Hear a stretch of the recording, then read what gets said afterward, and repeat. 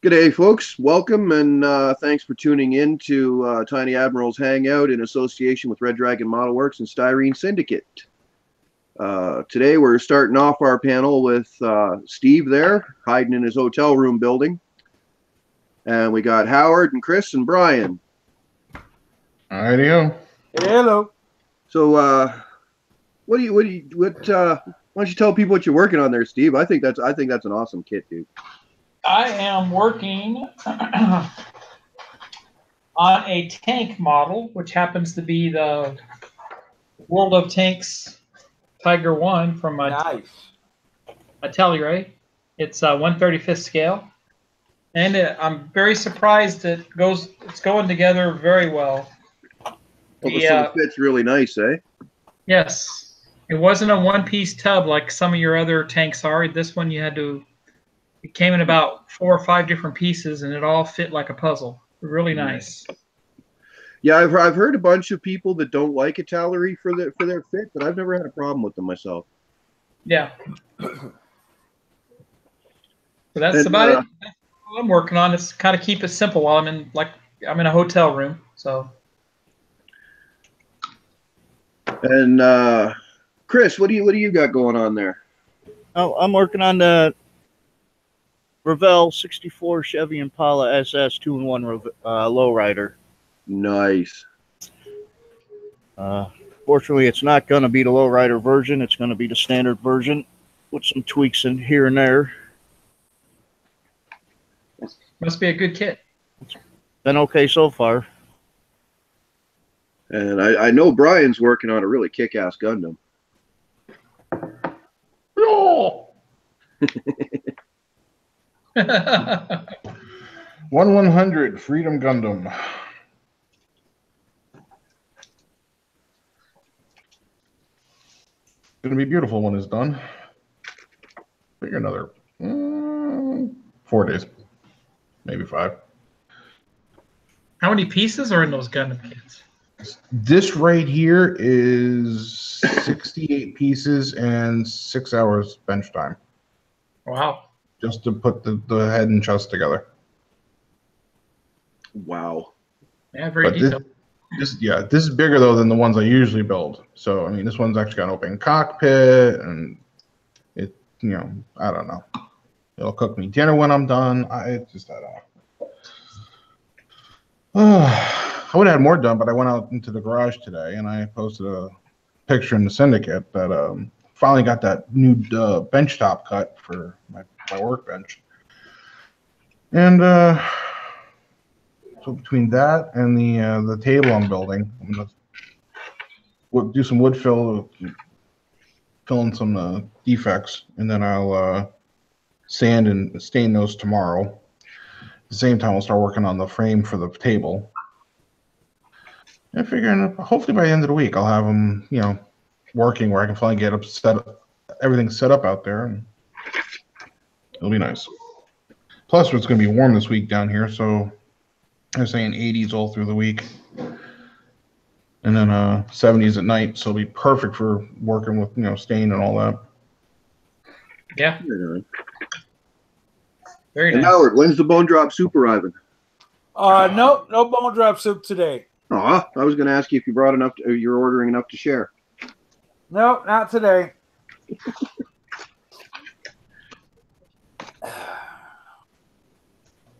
I had bone drop soup yesterday. Twice. You must like it. I do. Enough, huh? One of these days, Howard, I'm going to see. I could just picture it. You're going to start at like a 12-step program for people that are addicted to Asian soup. Oh, there's only one step for that. Order more. I like the wonton from my local place. Wonton just doesn't do it for me. Yeah, wonton is awesome so long as you get the deep fried wontons. I don't want it in my soup. Yeah. Oh, really? It tends to, I don't know, dumplings in a soup just get that slimy consistency that just, ugh. The hell are you ordering from? The ones I get are delicious. What do you expect? It's Canada. Blame Canada. Blame Canada. This has nothing to do with Canada. This is my personal taste. I don't like dumplings or wontons in a soup. That's all. We're blaming Canada, honey, because Mick doesn't like wontons in his soup.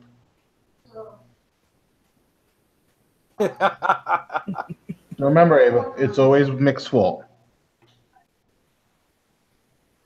Yeah, I guess it's been Gil's fault long enough. Can I see your face? Can you what? Can I see your face? Can you see my face? I would hope so. You've been able to see since you were born. Can I see your No, face? they cannot see. They can see my desktop. See here? Only the desktop? Yeah, only the desktop. So they can hear us. Yes, and now it's time for you to be quiet. All right.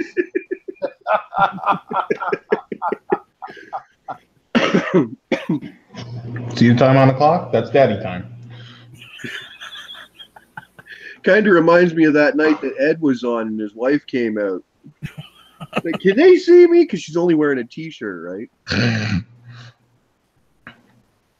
Meanwhile, Ed's edging the camera over a little bit at a time whenever she's not looking, so that she can get Vinny all going. Oh, God.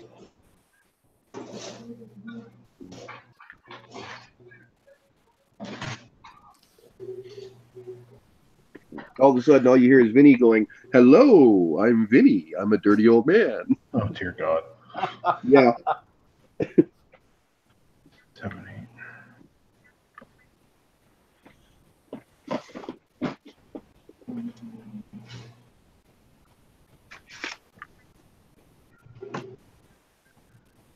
Although I still say the best one was the night Ed's cat cornered that mouse. Oh yeah. Yeah, we learned that Ed's wife is actually deathly afraid of mice. We learned it in no uncertain terms. And no uncertain ear pierces. All we heard is, "Oh my God, Eddie, get in here, Eddie! Oh my God, there's a mouse! There's a mouse!" I had this mental image of her up on a chair, you know.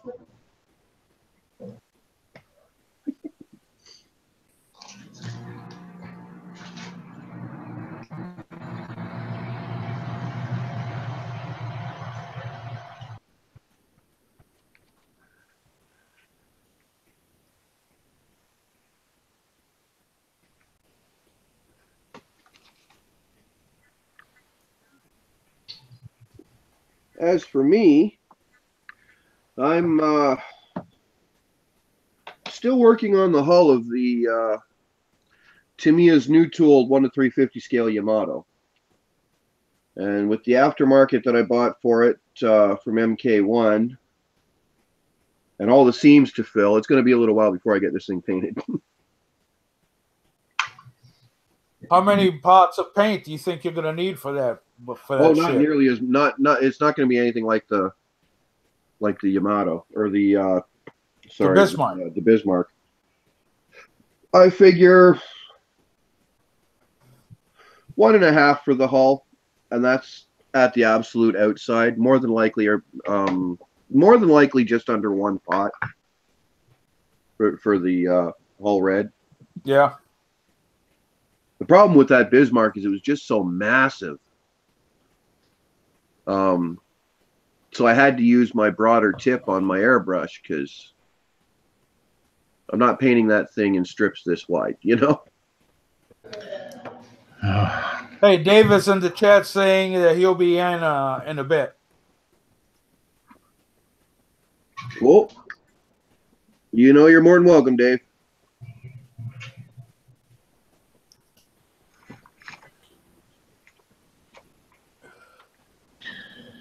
Of course, you come out with the broader tip comment, and we're live. Oh, God, you're killing me. Hey, Mick, is that an instruction manual or a book to read? Dude, that's just the kit instructions. You had it at the right angle. It looks like the thing's almost 1.5 inches thick. It is Pretty thick. pretty close, yeah. Let's see here. 67 pages. And, well, Minus the aftermarket. that's the aftermarket there. But there's also, if I can remember where I put it down, Oh, it's in behind there. Plus, there's a color sheet that's actual 1-to-1 scale of the model. Okay.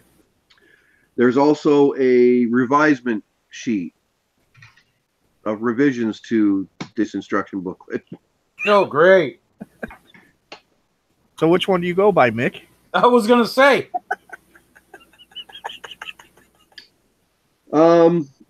I usually try for somewhat authenticity, but there's a certain point in life where you just say, to heck with it, creative license. You should see the instruction manual that came with my Dora. That's not an instruction manual. That's War and Peace. Exactly. Is it a telephone book directory? More like the Encyclopedia Britannica. Tolstoy's looking at this instruction manual going, who wrote this?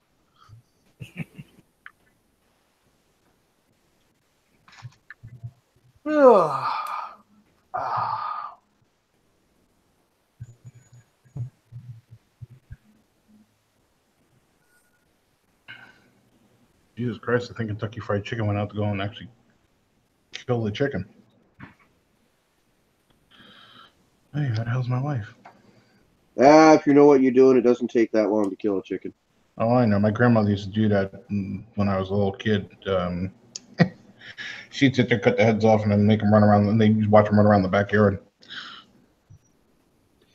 Yeah, when I was doing it for a living, we weren't allowed to do that because the damage the meat. She did it to freak my mom out. I enjoyed it. My mother would come, what are you doing around here? What? It's natural. You know, we used to have sheet metal cone. You put the bird in the one end, and its head pokes out the narrow end at the bottom of the cone. Mm-hmm. You grab the head, slit the throat, but you don't break the neck right away because you want it to bleed out. Mm-hmm. And once the blood flow slowed down a little bit, a real quick twist will end the suffering of the animal. And then it's onto the plucking and gutting tables. And that was a pleasant job.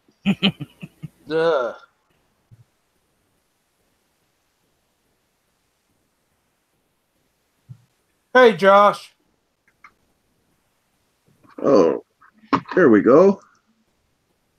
How's it going, Josh? What's everyone working today? Oh, you should have been here about 5 minutes ago. We just went through all that. I'm working on my 1 to 350 Yamato, and Steve's working on a rather fancy schmancy tank. Howard's trying to decide what kind of soup we're going to order. Chris is working on a car, and Brian's working on a Gundam. And actually, Brian's going to step out for a little bit because the wife's about to come home, and I got the "I need help" phone call. So, Okay, Brian's working on some chicken. yeah. And I will be back on later. All right, Brian. Save us a piece of chicken. Never.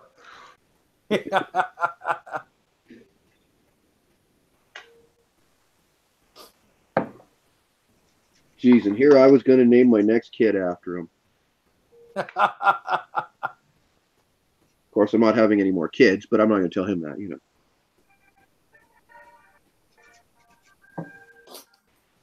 Be right back.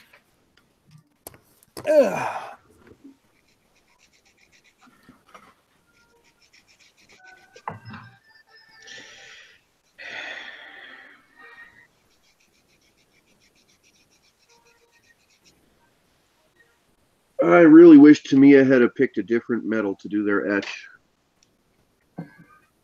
But too thick? Too thin? No. Too much iron. It's steel. You're not supposed to chew on it. It's steel. You're not supposed to chew on it. I'm not chewing on it. I'm complaining about how hard it is to goddamn well cut. Shit, pay attention, bro. Got too much iron.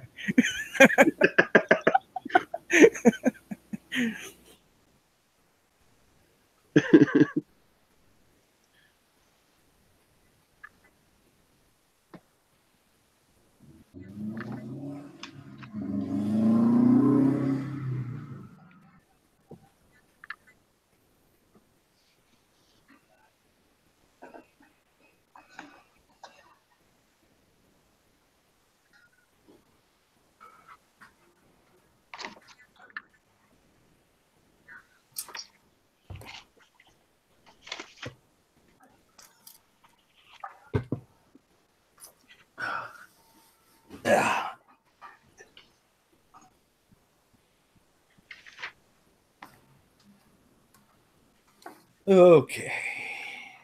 You gotta love that, like, the last 3 or 4 pages in this instruction manual is for parts that they don't supply with the kit.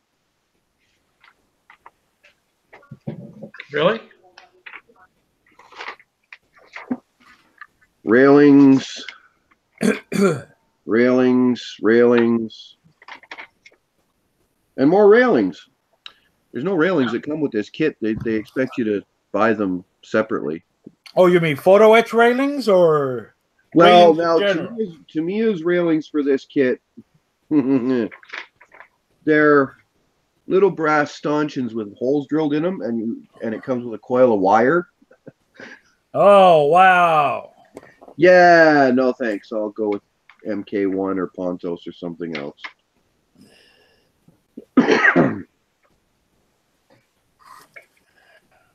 I do not have that much time on my hands, nor do I have that many psychiatric meds available to me at the moment.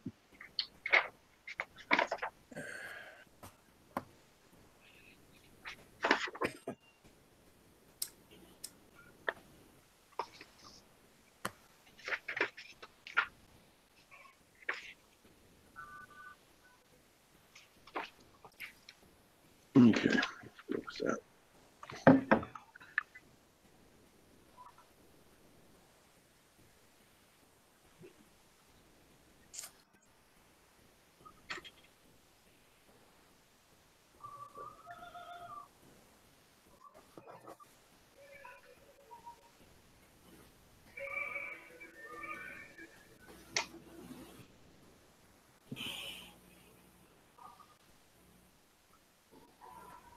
Why wouldn't they just mold it?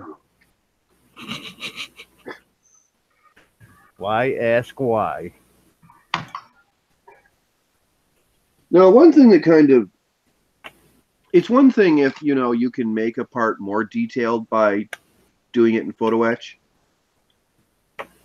But there's details on this ship kit that could have been molded into the plastic with the exact same amount of detail. So really, they just did it in photo etch to up their part count. Huh. And to annoy Mick. Well, photo etch doesn't annoy me. I love working with photo etch. It's just kind of seems a little redundant when it could have very easily been molded into the plastic and the exact same level of detail, you know, same clarity and everything. Like in the bottom here, all these little photo etch pieces here. Really? Yeah, What are they? they're C vents, but the photo etch isn't pierced all the way through. It's molded with the exact same detail you'd get from the plastic. So Okay. it's just, you know, so that they can up their part count. Well, right there, that ups their part count by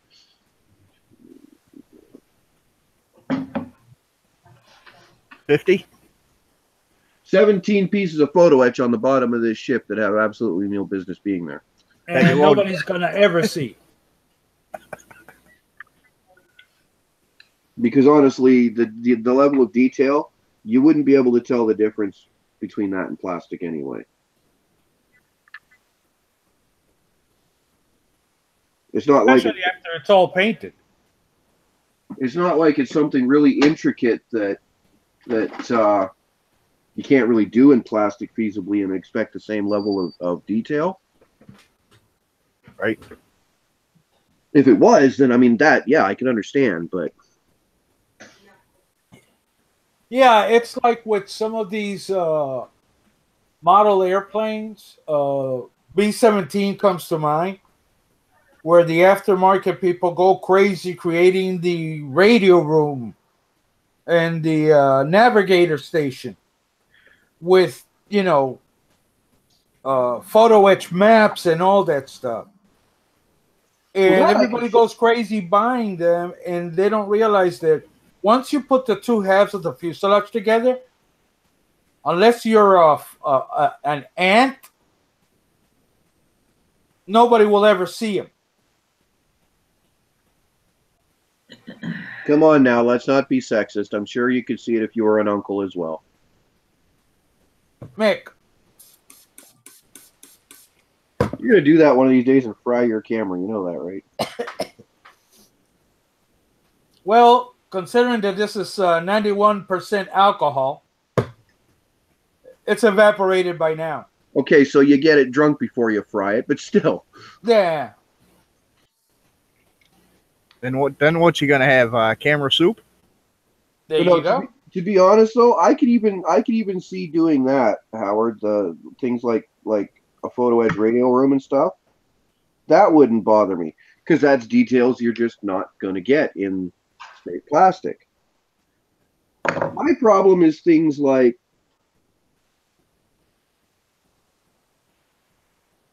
those vents on the bottom that there's absolutely no reason to mold them in photo etch because you could do that in plastic just as easily with the same amount of detail, you know? Yeah. You're not really adding anything to the kit by doing that except a part count, which is kind of deceptive marketing when you think about it. They're saying our kit's more detailed because it's got X billion amounts of parts, and yeah, that's not any more detailed.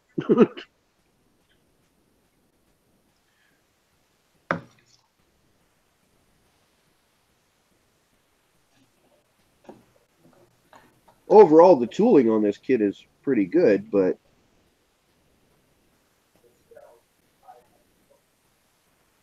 I had a problem with that and the fact that a lot of the stuff that you would expect to be in a premium edition kit wasn't, like the railings. They give you the instructions for it even, expecting you're going to buy their particular railings. Because I don't know too many other aftermarket companies that are doing railings the way Tamiya did these. Yeah. So those instructions are completely pointless unless you're buying their specific railings.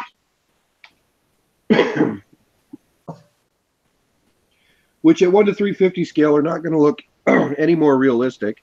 If anything, the stanchions would be a little overscale. Yeah, I've seen them. I've seen them model those on some YouTube videos. It's pretty crazy. Yeah. Watch those guys run the wire through. But I mean, you've got a flat metal stanchion with wire going through it. You know, it's not. If I were to break out a jeweler's glass and actually look, it's not going to look right to me. You know. Mm-hmm. So it's not going to look any more realistic than these railings that I got from MK1. So, and these ones would be a hell of a lot easier to work with. And I wanted the extra details anyway, so.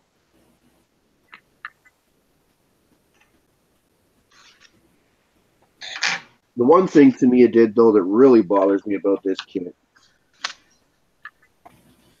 is because they designed it to be built either waterline or full hull. Yeah.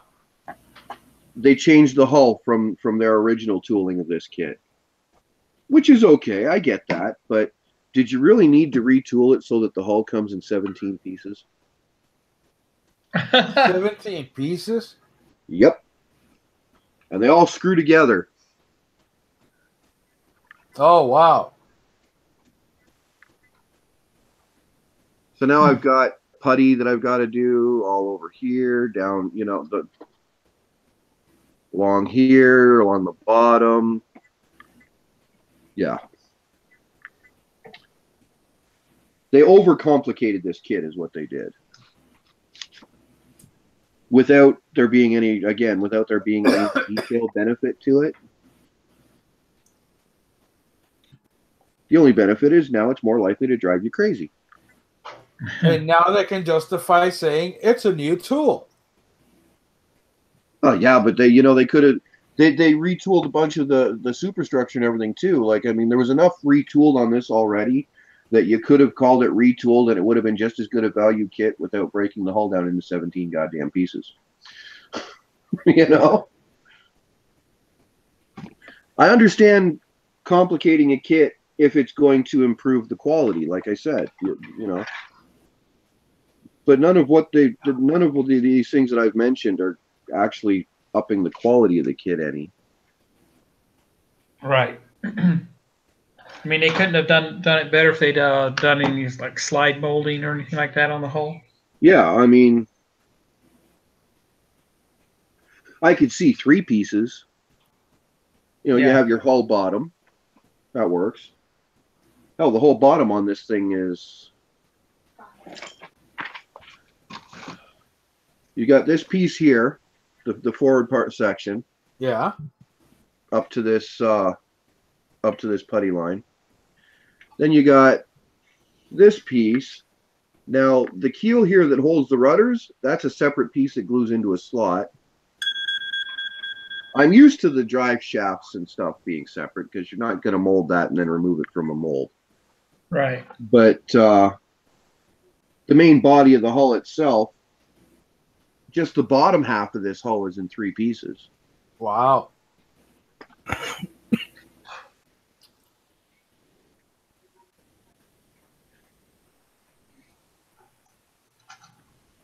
Then the next part, the top half of the hull, you've got the forward section, you've got the sides, you've got 2 pieces on the sides here, you've got 2 pieces to make the aft, and then in between there's all the inner structure.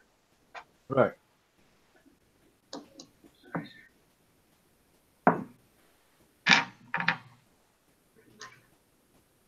Just seems a bit much to me. And this is coming from someone that really enjoys long, complicated builds. Did the Yamato have any aircraft? Yes, it did. Biplane or Matter monoplane? of fact, that's your aircraft hangars right there. Okay. Biplane or monoplane? I think they had, I'm not too sure. I think they may have had both on it. Give me a second.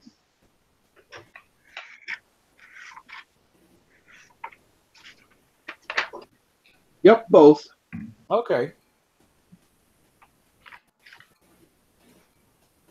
It actually carried a large aircraft complement. Yeah. This whole deck here, which fits over this hangar section that I showed you, like that. Yeah. That's actually their flight deck. Okay. There were float planes, right? Yep. Oh yeah, it's not a big enough flight deck to land an aircraft on, but Well, I was watching yesterday on Amazon Prime a video on naval aviation starting from its inception in World War One, and the British had on their battleships and stuff, they had Sopwiths. And they were mainly observation planes.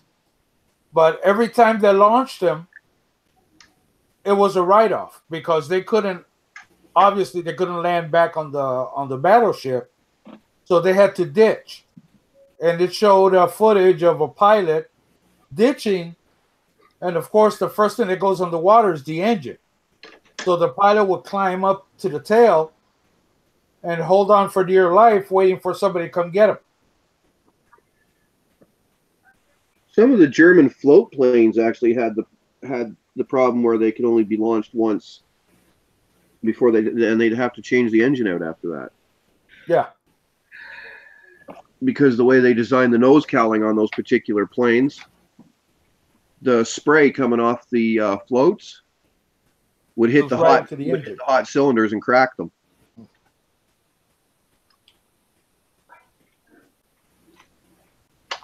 Or so I was told. That wasn't from my own research. That was something someone else was telling me. But I gotta take a call. I'll be right back. All no right. problem, Steve.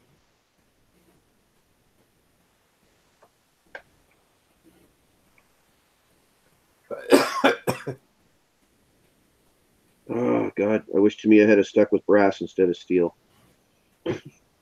Yeah, that documentary was very interesting. Almost 2.5 hours long.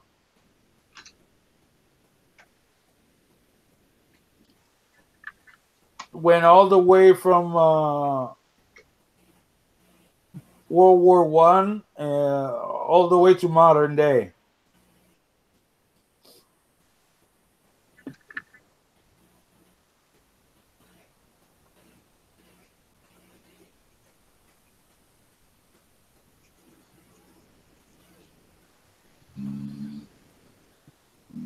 A lot of good footage of mishaps of the planes trying to land on the decks.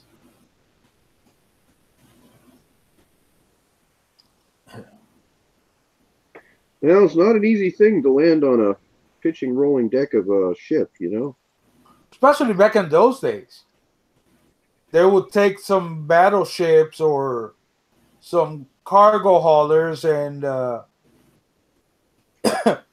put a flight deck on top of the guns like on a battleship.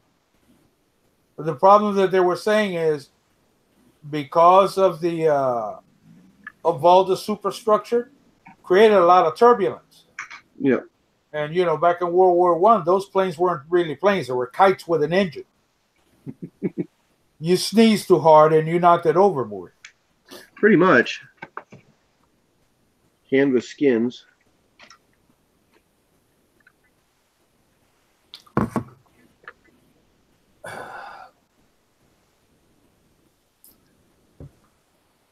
Oh boy. Okay, they do have it marked. Good.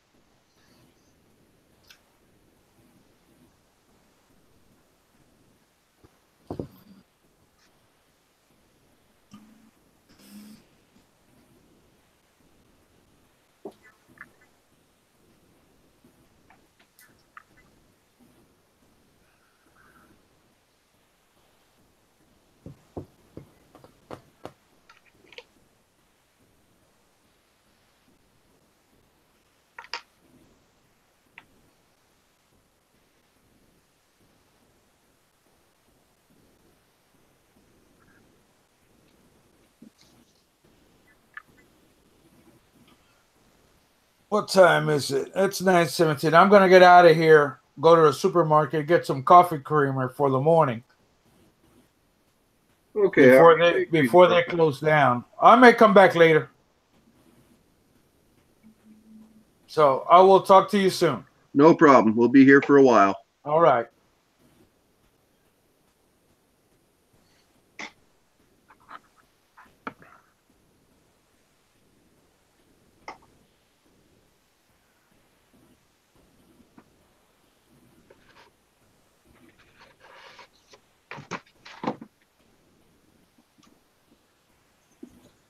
Although I do have to say my biggest complaint with this kit is that they use steel instead of brass.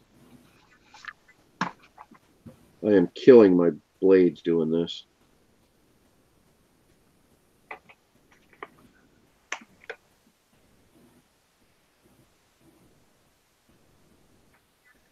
Could imagine.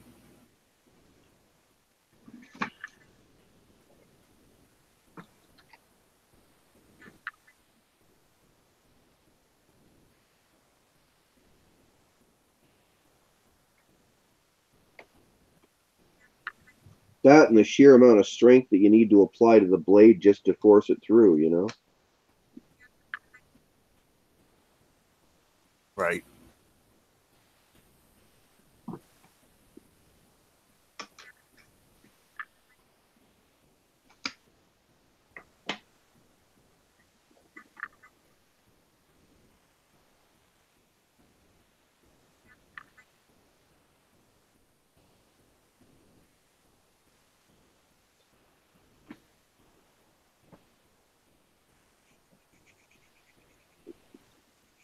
Not a big fan of photo etched nickel myself either.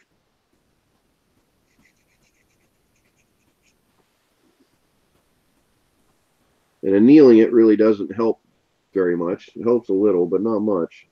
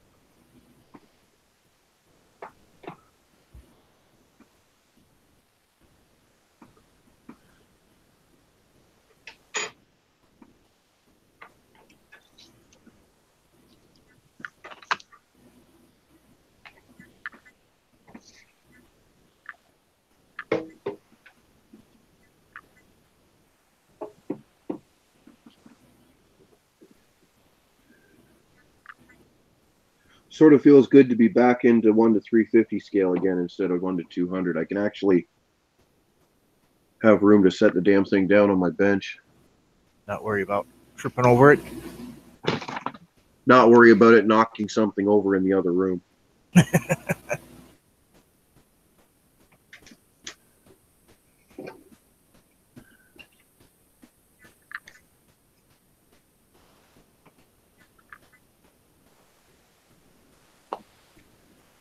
Just had that. Where is it? There it is. I'll be right back. No problem.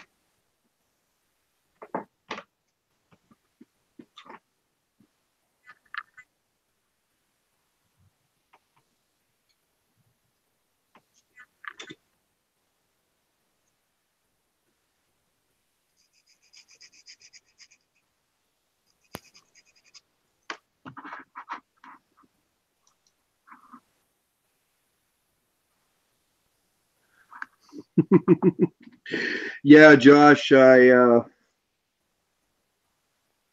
it's a beautiful kit. It's just wasn't. I think they overthought it when they designed it.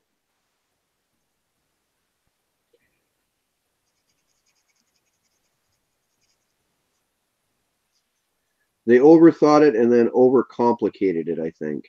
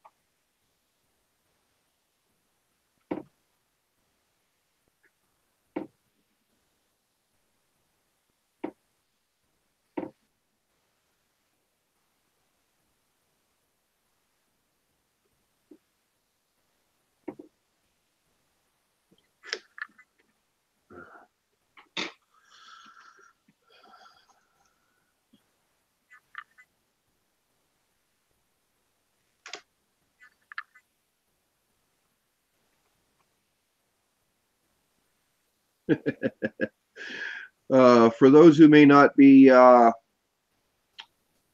reading the comments, who are going to come along and see this video after, Josh says he's punishing himself again. Got a P-51 and a Warthog as well.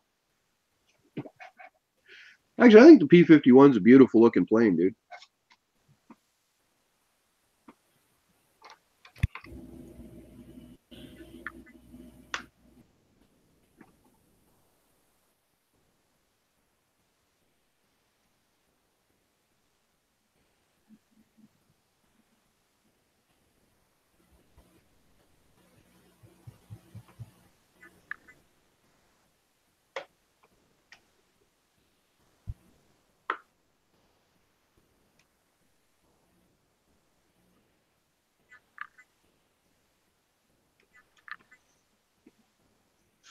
Oh, you.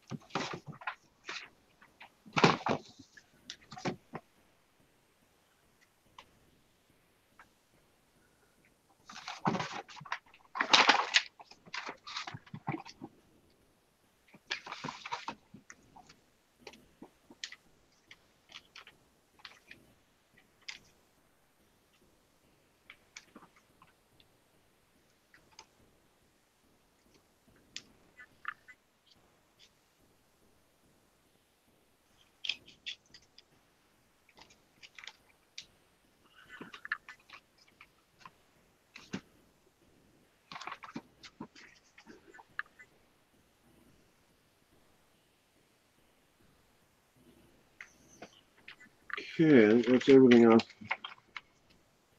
That area. Y'all.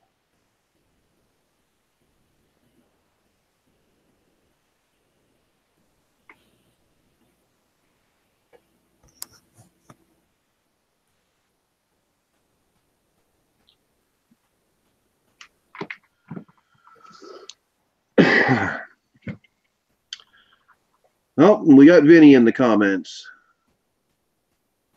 How you doing, Vinny?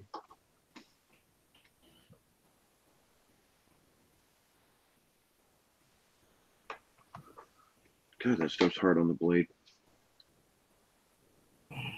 That's right.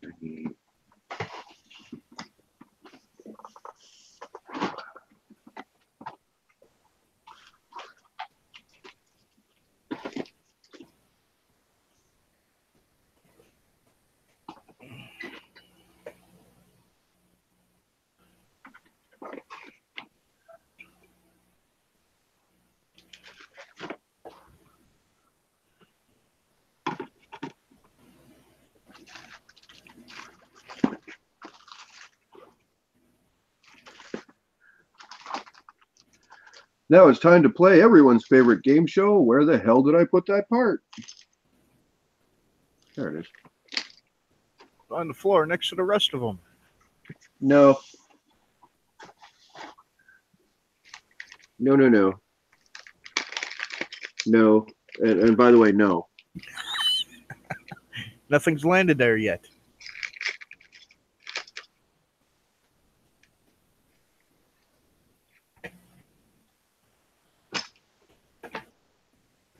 I'm not far enough into the build for anything to have landed there yet.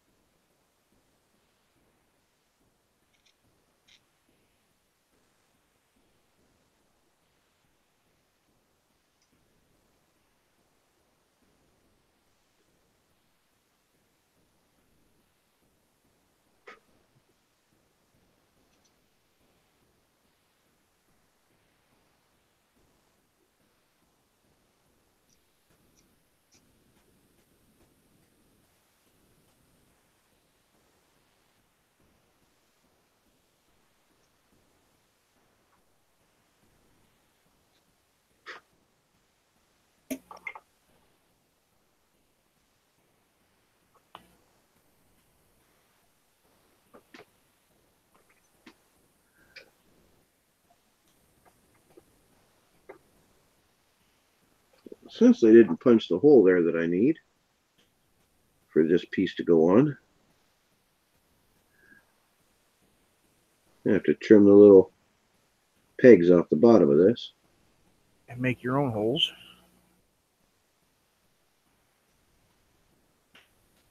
It's just easier to trim the pegs and then place it.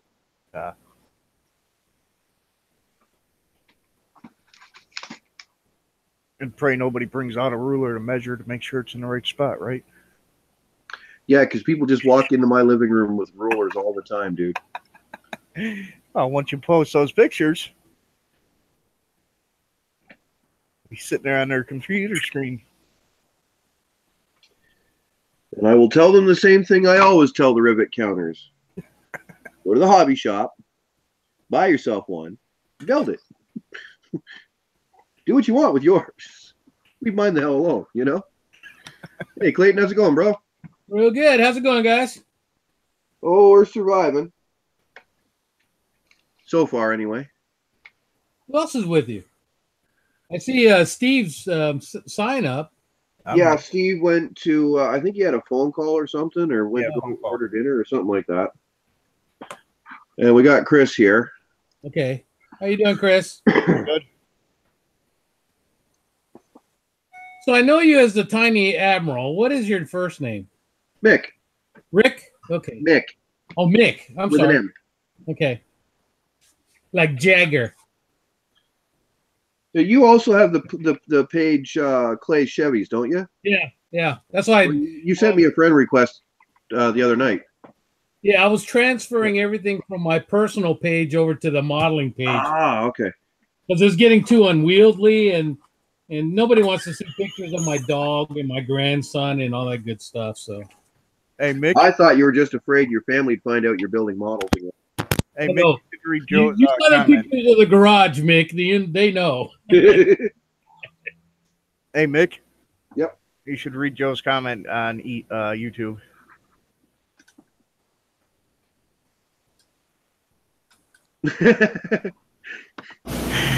So Joe posts, wait, you let Clay in? Holy cow, you let anyone in, don't you?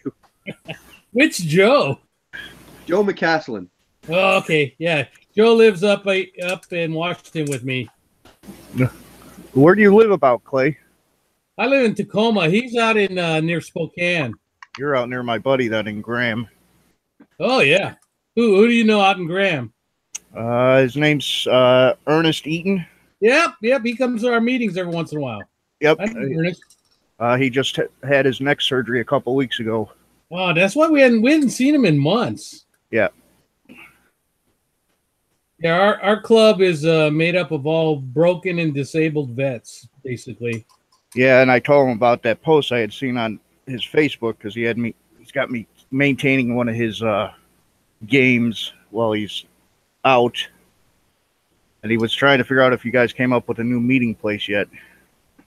Yeah, we finally did. He just got to go to the RedDragon page, and it has it all on there. All right.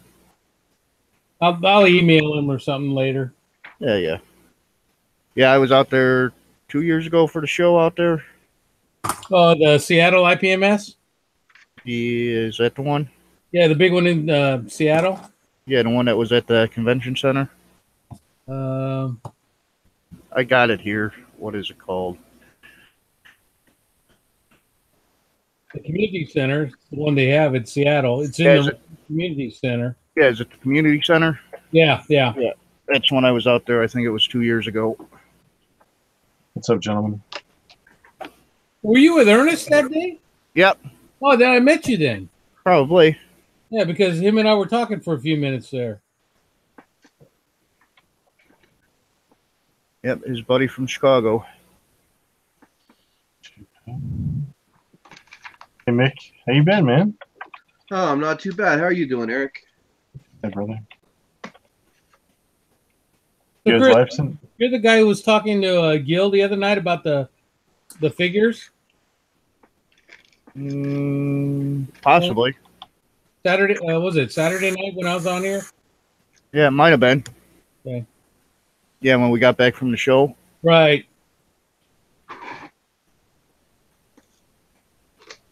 What were you guys talking about with the figures? We were at Adepticon Saturday, most of the day. Well, how was that? Wasn't too bad. Right up until someone tried to told somebody $90 if they paid for cash, $99 if they paid with a card. And then the person went and looked online to their online store, and it was less than what they were asking at the show. $75, yeah. So go figure that out. Kirk and I were talking today, or not today, the day before. And I think that we're going to try and do Adepticon next year. Yeah, he was talking to Gil about that Oh, he was? Friday or Saturday that he wants to probably try to do it next year. Yeah. I think he'll be happy if we do Adepticon. Considering Eddie met one of your painters, I think it is, that was there. Not Sigyn. Yep. Yes, Mm. Syndicate was there. I'm not too thrilled with that guy right now. Gotcha. Well, you might not want to say it right now because we're live, eh? All right. Why didn't you tell me that when I asked you? When you asked me. You didn't ask if we were live. I did. No. I said, "Are you guys live?" Everybody ignored me. Oh, I didn't hear you. All right. Now, if you look up on the corner of the screen here, you see where it says live and it's in yellow. Mm-hmm. Yeah, that means we're live. So did you guys have a good time out there at Adepticon then? Yeah, it wasn't too bad. A lot of places were sold out of everything by Saturday. When did it open up? Friday? Thursday. Thursday. Holy shit. So it's a 4-day event.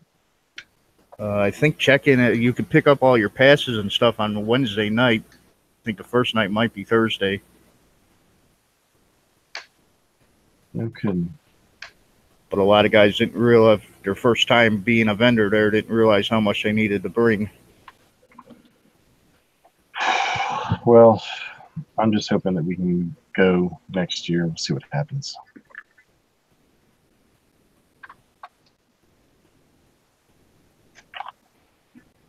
So, Chris, how do you know Ernest? Online video games. Oh, And then we became pretty good friends. I was just wondering if you were a vet too. No, but that sticker you see on my box is a group I'm involved with out here, and Ernest has been handing out the stuff for. Wow.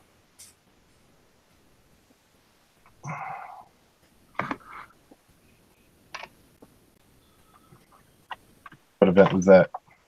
The Illinois Motorcycle Freedom Run, Nice. Okay.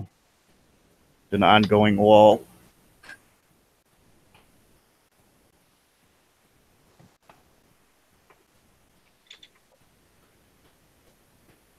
Is that with the American Legion? No, this is actually a group of motorcyclists that put it together. It's all privately funded and donated and maintained. The American Legion has a bunch of. They're called the Freedom Riders, also. Yeah. Nope, this was one guy. His buddy's son died, and he had this idea to come up with this ongoing wall for all the latest fights going on. So instead of waiting till it's all over and done with, this is a yearly thing with all the new names added.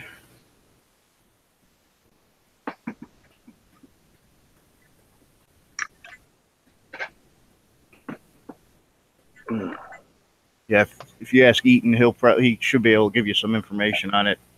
Should have a box of trifolds there. Yeah, like I said, I haven't seen a guy in maybe 6 months now. I have to shoot him an email.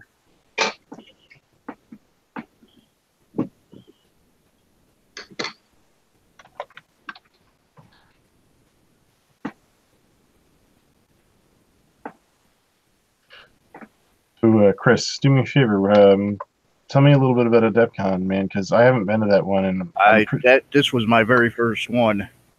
well, I guess you know what I'm asking. I'm asking about the crowd and kind of like the market. Like, okay, for instance, This year was bad because I actually did a article in one of the local newspapers around here, and it was, according to Gil,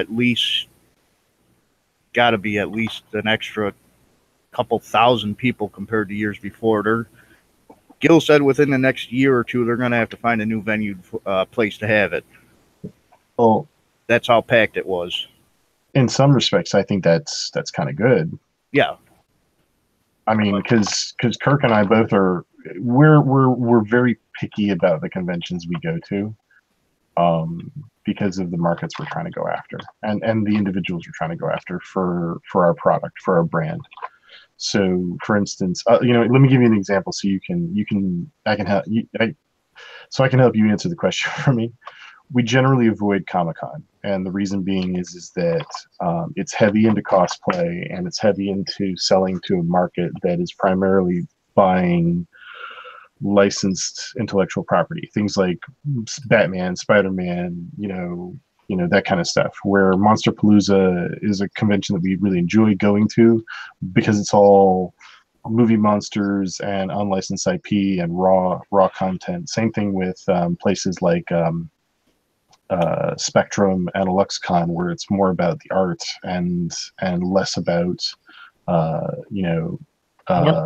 fandom. Yeah. This is more your tabletop games and some miniature figurines. Right on. There were a lot of different casting companies there. Thanks. but they're pretty heavy on the tabletop and board games there. Yeah, we actually talked a little bit about me bringing some of what I do, some of my tabletop Your terrain. stuff would probably do pretty good there. Nice. I didn't, because it's not exact. It's something I'm still trying to get into. I do the cars, but I'm trying to get into different things. So quite a bit to take in and figure out. Well, if it's something I will enjoy or not. Okay. Well, I was gonna say, if you ever want to shoot the shit and sort of hash out some ideas, man. Yeah, well, that's why I'm hoping somebody releases his prices soon, so I know how much I got to save. Oh, okay. Hint, hint. Yeah. Because there's a particular one I will be probably picking up 3 if it's in the budget.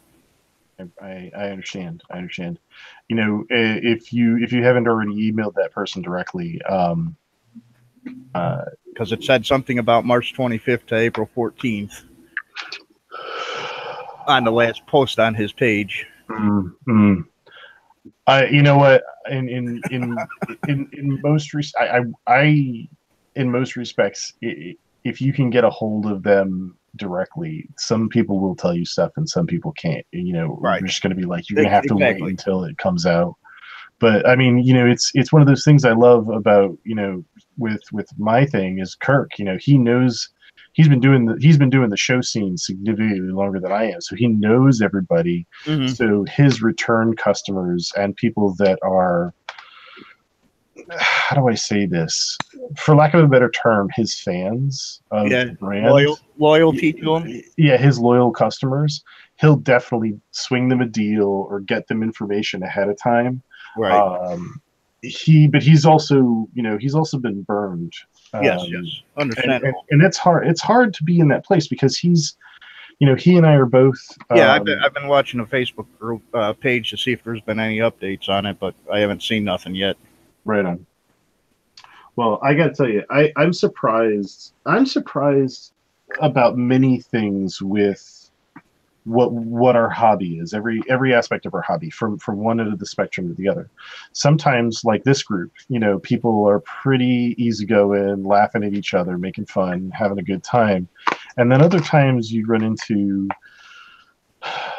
mean-spirited bullies, thievery, even going so far as to talk about things like stealing product so that you can duplicate it, things like recasters. And it kind of like, it is a little disheartening, but I love what I do so much that all I want to do is share it with people. Like, I had a great experience with the project that I just launched and is finishing up, I think, tomorrow. Yeah, I think you'd probably do pretty good there. Kirk would probably have quite a bit of competition there. Like I said, there were a lot of different casting companies there. Yeah, he and I are going to go together. We'll print up some content from my brand. Yeah, right. And we'll print up some of the work that I'm doing with him, but he might have a little bit better chance there because his one figure somebody did paint his one figure there. Yeah, Sijin painted one of the pieces and submitted it. I think he submitted it online. And it was actually in the display cabinet. Oh, it was? Okay. Yeah. So that's pretty cool, though. But yeah, there were casting places from Canada, over 2 or 3 from overseas. We didn't walk the entire venue because it was kind of crowded Saturday. I'm gonna laugh when whoever bought that piece from Canada gets it home and it melts. That's nice. The biggest one, the one that we stopped at and looked at a few pieces, was creature casters. Yeah, I saw the. I'm not sure if it was a post or what it was, but I saw that individual's work. It's all done supposedly all done in house. he came down his first time there, sold out of everything. Because I guess the first day is Thursday, and by Friday afternoon he was out of all his pieces he brought with him. Right. Because he had no idea what he was up for. Yeah, that can happen. I mean, you got to figure, some of these guys are coming in from far away, and they have only what they can carry, or only what they're bringing. And there's part of the thing. Yeah, they were saying next year they're going to probably pack a trailer full, a tow behind trailer full. Yeah, but here's the other thing too. You got to think about it this way: what you carry in, you have to carry out, unless you sell it. And on top of that, there can be a strategy to coming in with and selling out whatever you bring in. So coming in too heavy, coming in overladen with stuff may not be the best move for an individual. I mean, yeah, you want to show at the show, but that's otherwise you're massively discounting the last day to just offload what you have. Right, I don't think that's a good practice, and I don't believe that Kirk does that. Right, because his discount, I think he said that his discount, and I hope he doesn't get mad at me saying this, but his discount is essentially the show price. You're not paying for shipping. Right. You're getting it at the price that is on the website, but you're not paying for shipping. So you're saving anywhere from $12 to $20 or to $30 or whatever. Right. Depending on where you're at. Right. Exactly. Because that's like Ken from Badger. He sold out a lot of all his Patriot 150s at the show. Oh, he did good then. I picked one up, but it's got to be shipped to me, which was no big deal because his thing was that you pay what it was at the show and it's free shipping states anywhere in the States. That's excellent. That's really excellent. It sounds like he did good too. Yeah. I got to tell you, dude, there's nothing I love more than being at one of these events. Really, in fact, me and Gil are hoping to maybe go through with the idea they had him and a couple other guys had last year. Just get a hotel, couple of rooms, and stay down there. Absolutely. That's it can be a little pricey, but it's totally worth it if you're. Yeah, but if you get enough guys together, who cares if you're 4 or 5 guys in one room? Yeah, absolutely. It's just somewhere to sleep at night and get up and do it all over again. Get somewhere to sleep. Show off the wares that you managed to scrounge up. Yeah. Yeah. No, it's fun. It's that's the other thing too is that a lot of people don't. Not everybody gets to go to like after parties and such. Well, yeah, that was the thing because it was almost an hour and 15-minute ride for me from home there. Oh, nice. So you're pretty close. Well, yeah, but I'm not staying around to have a few cocktails and have to drive all the way back home. True enough. Yeah. No. I've been there, done that. Not ever again. I'm glad you had a good time though, and this is the kind of thing though that like if we had like everybody in the room going. But I will tell you, it was a major sausage factory. Well, of course it's going to be. I mean, our community does not do women justice. We like remember that one girl that came in. You might not have been here. There was a young lady that came in here, and she was hanging out with us for a little bit. And one of the guys started hitting on her and drooling all over her. It's kind of like, dude, this is why we have no women in our community. That does happen, unfortunately. But I figured, being that it was more the tabletops gaming type stuff, you might have seen some more. Yeah, it's you gotta. The woman's either got to be kind of brave, or she's got to have a boyfriend with her, or somebody that says, "Hey guys, back the f off." And right. It's an embarrassment because women enjoy the same stuff that guys enjoy. The problem is that we got too many people that do not respect them or do not treat them. If I've said it once, I've said it a million times. This is why we can't have nice things. I know. I'm gonna go grab a smoke, gentlemen. I'll be right back. That was the only weird thing I found out. I've been to many different shows and stuff, but I'm like, wow, this is a sausage factory. Well, I got to tell you, what Gil said the only neat thing is it wasn't a smelly one this time. Right, A right. lot of those guys, he said, you could smell them miles away. Yeah, I haven't had. Came out of mom's basement to go to it, huh? Yeah, I haven't had that issue in the shows that I've been at. But you know, I think the show it all depends on the show too. Like Monsterpalooza and AluxCon, lots of women, lots of diverse people. I'm not sure if it's a more mature crowd or if it's just a crowd that has a very different taste. For instance, at Monsterpalooza, you know, you got a lot of people there that are doing prosthetics or Yep. doing makeup. So that usually is something that you know, drives a certain group of people. Of course, you've got the resin people like Kirk and myself. You've got the painting guys. I'm trying to remember. You got this. Occasionally, you'll have special effects people coming in and talking and stuff. You'll have prop people. I'm trying to remember what else we saw there. You'll also schools. And it was also out in California, so California is a little bit more open and accepting of sort of like the freak factor. You know what I mean? So Monsterpalooza kind of has a pretty good mix. Yeah. But I got to tell you, you know, if I was gonna go to a show, it's kind of, I want to go to shows where I know like families and kids are going to be there. Like I had at Monsterpalooza, we had a lot of kids come up to the table and with their dads or with, you know, the whole family, and that was really cool because it's like you get to engage young people about, you know, what we love, and that was really surprising to me because I was thinking that Monsterpalooza was going to be a sausage fest, and it really wasn't. And that was good. That was something that I liked seeing because, you know, the young people coming up, they're going to be the ones that make the next great thing. So Eric, can I ask you and Chris a question? What kind of games do you guys play? I heard it was tabletop, but what does that mean? Warhammer. Yep. There's a whole bunch of them out there. Yeah, let me show you something really quickly. This is the Kickstarter I'm just finishing up right now. All right, and if I scroll down a little bit, I'll show you a piece of terrain. All right, so in my terrain kit, there are pieces like this.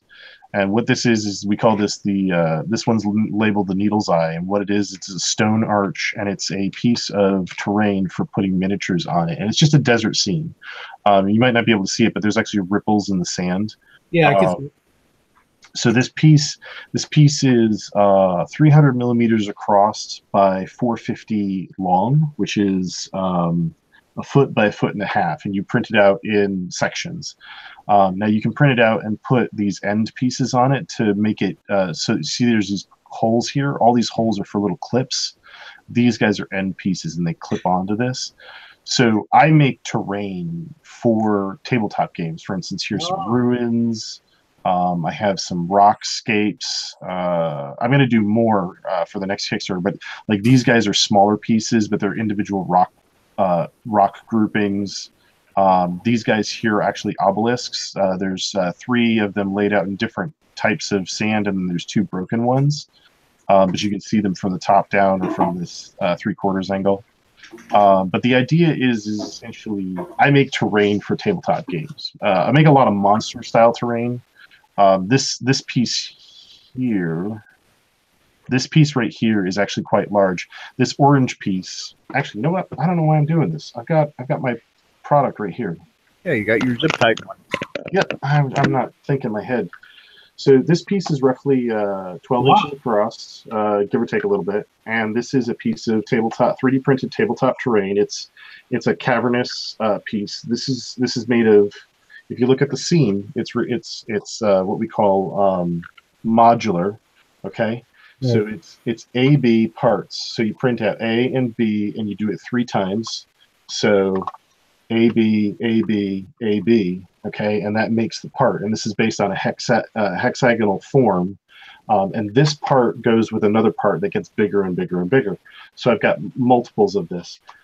But this part here prints out, and people play it on the tabletop, and it's meant to look like coral and bone, and it's from a world that we call Thorn.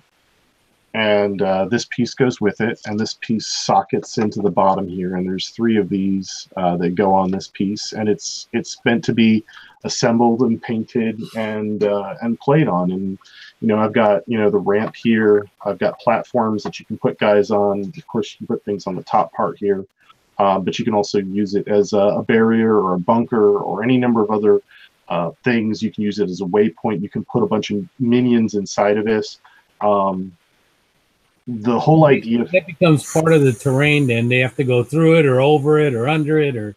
Right. If I were to lay this down on a platform, you can put a bunch of guys in here, and if you're approaching it from this side, you can't see them, and they can just spill out and attack you. One of the other pieces I designed is actually designed to create a kill box, and by forcing people to go around, they enter this kill box. I have been looking at.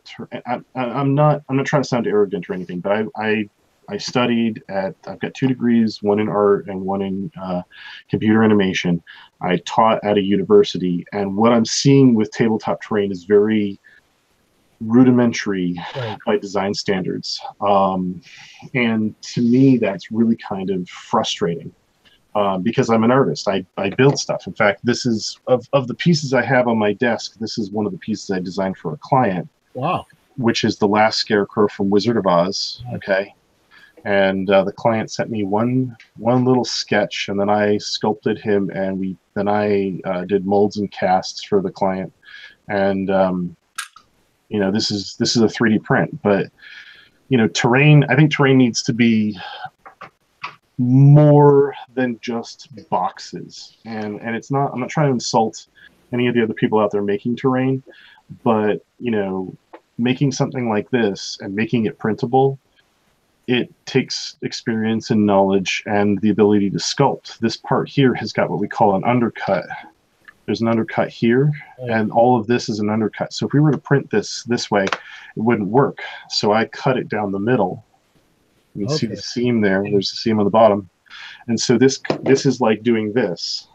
Right. So we print A-B parts, and it's got a very shallow Z depth, so it prints very fast, and it prints very inexpensively, maintains the detail, and I can have the undercut in the design, so I get a very nice complex shape, including some things like these hip shapes, this deep undercut of this spike, which you can kind of see here. Yep. And knowing that a better product can be made and having the knowledge to do it is exciting. I'm terribly excited about doing this stuff. And I'm sorry, I'll talk your ear off about this. So. Well, that's fine. I played a lot of board games when I was in the military in the early 80s, but they were very simplistic, So, squad leader and stuff like that, we had to learn strategy that way. Well, that's what's funny to me is that the games that are out today that people like to play the most, at my local shop, it's D&D and Rift. But my boss, Kurt Kirkland, he really, really loves, and he's getting me interested in a game called, Chris, what was one of the games you mentioned? It wasn't Warhammer, it was the other one. 40K? No. I just said it wasn't Warhammer. It was...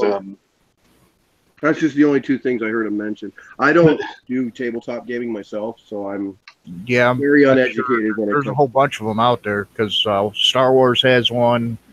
I mean, everything is covered. Yeah, there's one game in particular that's really interesting because what I'm interested in about it is, as far as gameplay is concerned, it's much more realistic in the sense of strategy because it's act, react, right. And you're rolling for it. And it's not always about wiping out the other guy. Sometimes it's about occupying territory. And stuff like that. Yeah, in the squad leader type things, the problem we had was where your machine gun's firing, 2,000 meters downrange, but the board is flat, and you don't really realize there's a hill there that you're impacting. Yep. With me, I'm trying to add height and stuff to it. In fact, Right. one of those pieces I showed you, we test printed it, and it has dunes in it. So the dune acts as a line of sight block, but also Right. if you walk down the dune, you have to walk past some rocks, and if you do, that's a perfect. I don't remember the word, but it's a perfect place for somebody to jump you, essentially. Ambush. Is Ambush. Thank you. Yes. So the terrain, I feel, that good terrain is going to change the way the game is played. Oh yeah. And change the way that people interact with the game. And what I'm hoping to do with the brand that I'm creating is essentially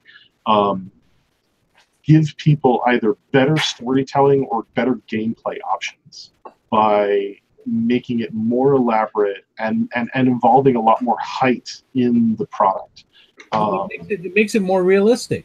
Yeah, absolutely. You don't fight wars in a flat terrain you can see forever. Yeah. That's like saying, hey, we're gonna do this drama TV show, but we're gonna do it in an office building, and you get 3 rooms. You never know. Someone might invade Saskatchewan. Actually, we'll see them coming, but I have one thing I'm going to show you guys. I don't mind showing this. This is some sketches for the next piece that I'm working on. This is going to be the part of the next bit of terrain. So these are some design. That's beautiful bonsai trees. Well, I wanted the trees to be as elaborate as possible, so I'm thinking about how they might be on cliff faces or how they might interact with rocks. We've been doing a lot of that kind of stuff and talking about a lot of that with the future of the design for tabletop games. So yeah, and it's wild. It's absolutely wild. So where are you at? I'm in Connecticut. Okay, that's why you're wearing your long underwear and everything in your basement. Really teases me about this. My studio is a comfortable 65 degrees, but since I'm sitting still, I get chilly. That's not comfortable. I was being facetious. I'm in my garage, and it's a comfortable 50 degrees. I do not like being cold at all. Hey, I'm from Hawaii. What do you think? And then Connecticut was not the place to go then. Well, it's more complicated than just saying Connecticut isn't the place to go. I'm really hoping to move back to Florida one of these eons. So, where in Connecticut you at? I'm in a place called Oakdale, which is right above New London, which is next to Groton, where the sub base is. Yeah, I know where the New London is. Yeah. And the majority of my family works for Sikorsky Aircraft making helicopters. I flew Black Hawk. There you go. So I got offered a job up in Scranton. Scranton? Yeah, there's a Scranton. There's a Scranton, Connecticut. Yeah. I think there's a Scranton, New York State too. New Jersey, I think it is. Isn't it? There's one in Jersey, I'm pretty sure. They're all over the place. Yeah, my dad. I think my dad, according to legend, my dad helped with the early designs. He was an engineer and worked with the early designs of Black Hawk. And I think they crashed. They had to scrap that early Black Hawk because the test pilots took it out, and for whatever reason, they were going to decide to do a loop, and they slammed it into the ground and killed everybody on the crew because they were too low. And my brother's working there now. I think my brother's one of the last members of my family working at Sikorsky. He's working on Black Hawks too. But yeah, it's crazy.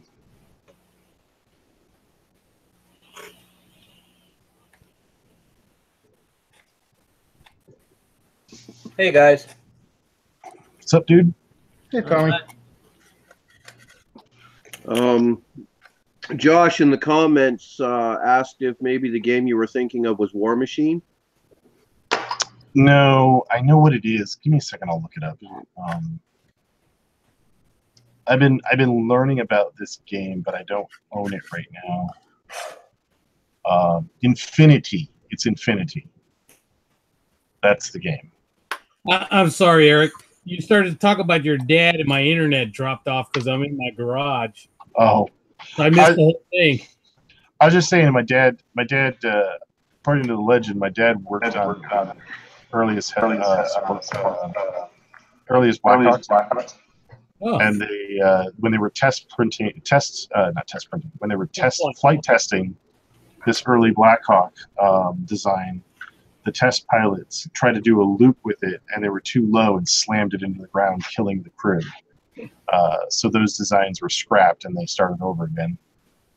yeah, I flew one of the early Blackhawks back in 1984. So. Right on.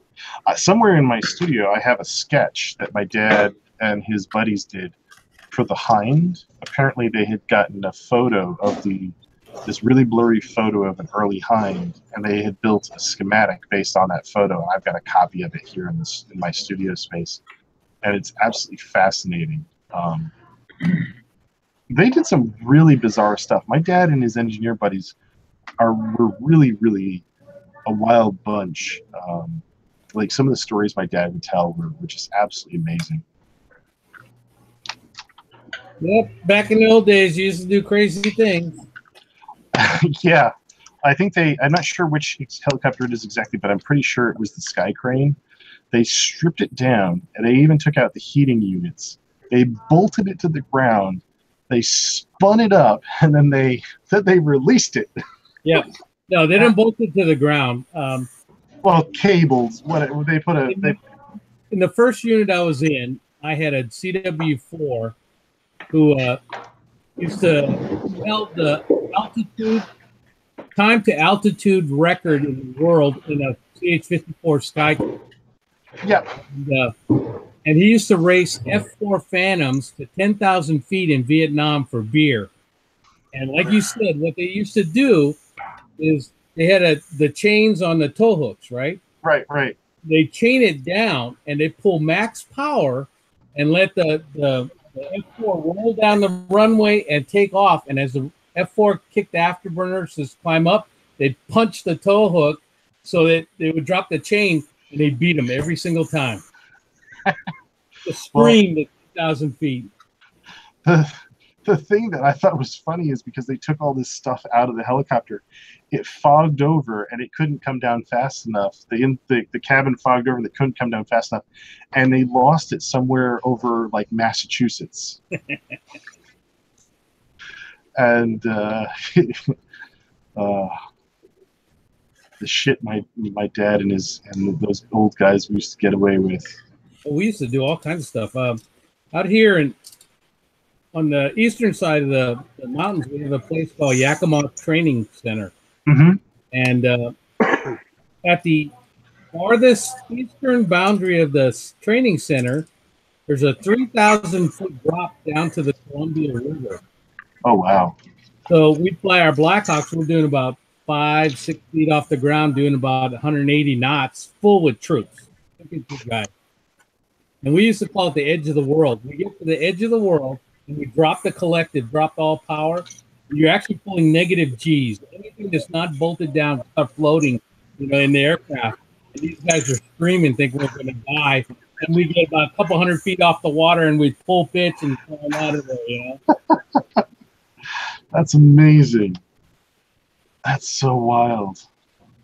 I wonder, I doubt it, but I wonder if you ever met my dad, or well, I mean, of course he's a big place, but my dad's name is Vaughn Askew. He's written a couple of books.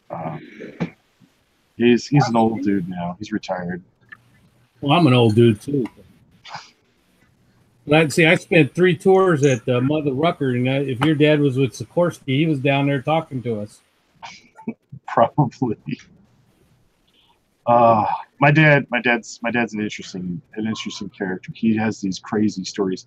I think one of his last sales stories, he was in Russia, and they were drinking, and they ended up in a helicopter, and they were still drinking, flying this helicopter, doing a boar hunt from inside the helicopter. Yeah, I was telling them stories Saturday night about back with corn stalks in my skids and my Huey. So Oh man, I wish my dad was here. I tried to get him to come to the hangout, but it's a little difficult because it's not that he isn't tech savvy, but he isn't. He needs. I need to find a time when he can come. But yeah, I want him to come in and talk helicopters and aircraft because if it's man-made and it flies, he knows everything about it. He's just. how old's your dad? Let's see. My dad turns. I think he's either turning 71 or 7. He's got to be turning 72 this year. Okay, so he's about 10 years older than me. Yeah. And we would go all over the place. He's a history buff, and we would go all over the place. And we would go to air shows, and we would do, he's from upstate New York, so we'd do, I think it's called Rhinebeck, and we would do Reading, and we would do any show we could get him to. He would go to that. Just fascinating hearing him tell stories. I don't know half the things he knows about aircraft, but It's funny, especially the first few prototypes that they always bring out and everything. It's funny the stuff that happens to them. It's just hilarious. The Blackhawk, and this is the I don't know if it's true or not, but this is the urban legend that's been floating around since I was a young lieutenant. And the Blackhawk, when it was first developed, was the utility helicopter to end all utility helicopters. It had the wing spores, and it was going to carry the Hellfire and TOW missile. So we did not need an attack helicopter. Right. The problem was I think it's what's the guy, the senator from Arizona? I can see his face. He was a POW. McCain? Yeah, McCain got involved with the politics because the McDonnell Douglas Apache plant is in Mesa, Arizona. So because of that, they scrapped it for the Blackhawk and they built the Apache. I was at Fort Rucker in 1984 when they were test flying the Apaches. And the first Apache, they had out there near the hangar, and the pilot got out while it was on slow idle, and they had a rotor brake, right, to keep it in a certain pitch. Well, the blade started dipping, and it cut the whole nose of the Apache off. Oh, Jesus. So they had to go make some design changes. Well, I know that politics is heavily involved in any military product they make. God. We briefly lived. I mean, I lived in Florida after this, but between semesters in college, we lived in Florida for a bit, and I got to see one of the two stealth helicopters fly. And I was so excited for this thing to come out. I was reading every article on it. I was talking to my dad about it at almost every evening dinner. And when it got canceled, I was so bummed. I kept bugging my dad. I'm like, why did it get canceled? Why did it get canceled? And he's like, the fucking senators and their stupid budgets. And they just, I mean, that's not his language. That's my language. My dad does not. My dad does not curse.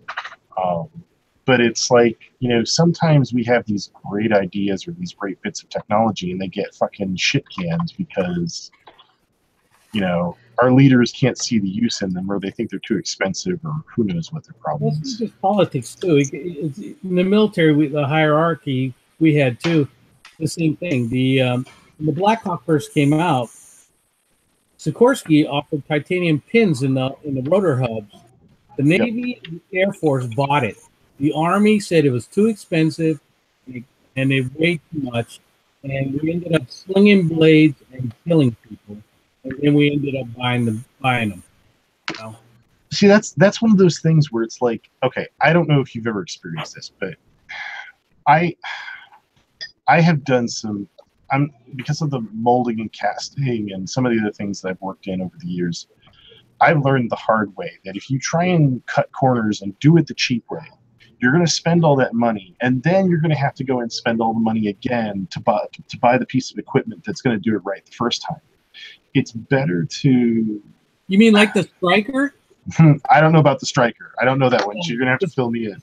The Striker, they bought the basic vehicle because it was cheap and Congress got involved in everything.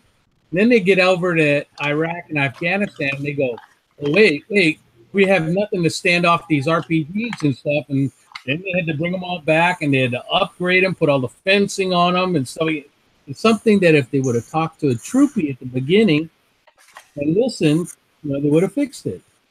Isn't that a snafu where it's like too many higher ups and not enough? Not really. A snafu is a situation normal, all effed up.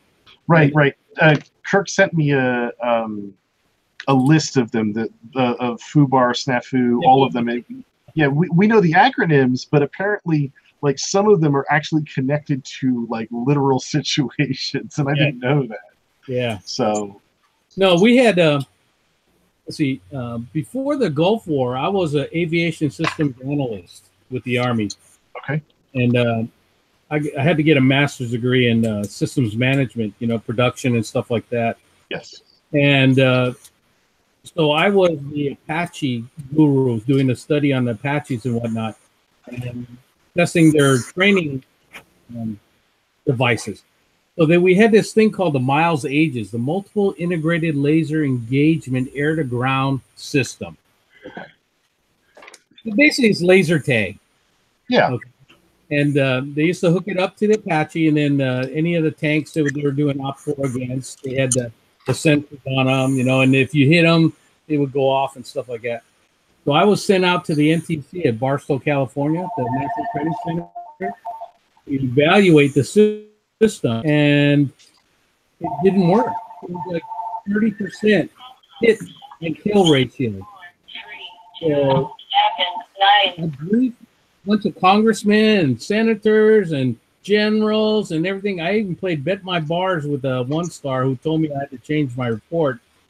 And I basically told them that I gave them the statistic. And they asked me if we should buy it. And I said I'm not allowed to give an opinion. But if I would have given an opinion, it was we don't buy it. Because it wasn't working. Right. So we ended up buying it. And it was the biggest piece of junk around. So I know this only vaguely relates, but when I was teaching, I taught college for 6 years, and I loved it. I was very, very honest and straightforward with my students, to the point of, not every student wanted to hear what I had to say, but if you ask me my opinion, I'm going to tell it to you. yeah, that's what I am. Yeah, and my bosses started getting irritable because the students would report on the quality of the class. Well, my job was to make my students better at problem solving and learning the stuff I was trying to teach them. And the students that wanted to learn what I was teaching, they loved me. But the students that didn't thought I was a piece of garbage because I didn't tolerate.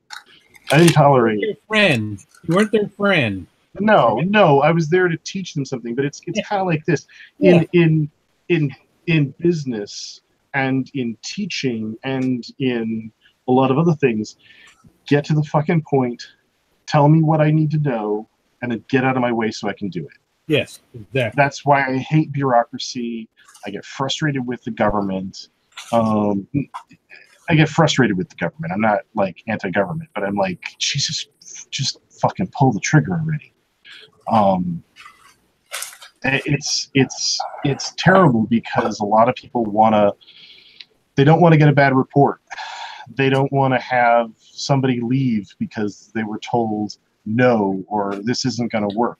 Everybody wants to, be copacetic, and everybody needs to get along. And it's like, you know what? That's not the way the world works. And it's wrong that they put your evaluations in the hands of students. It shouldn't be that way.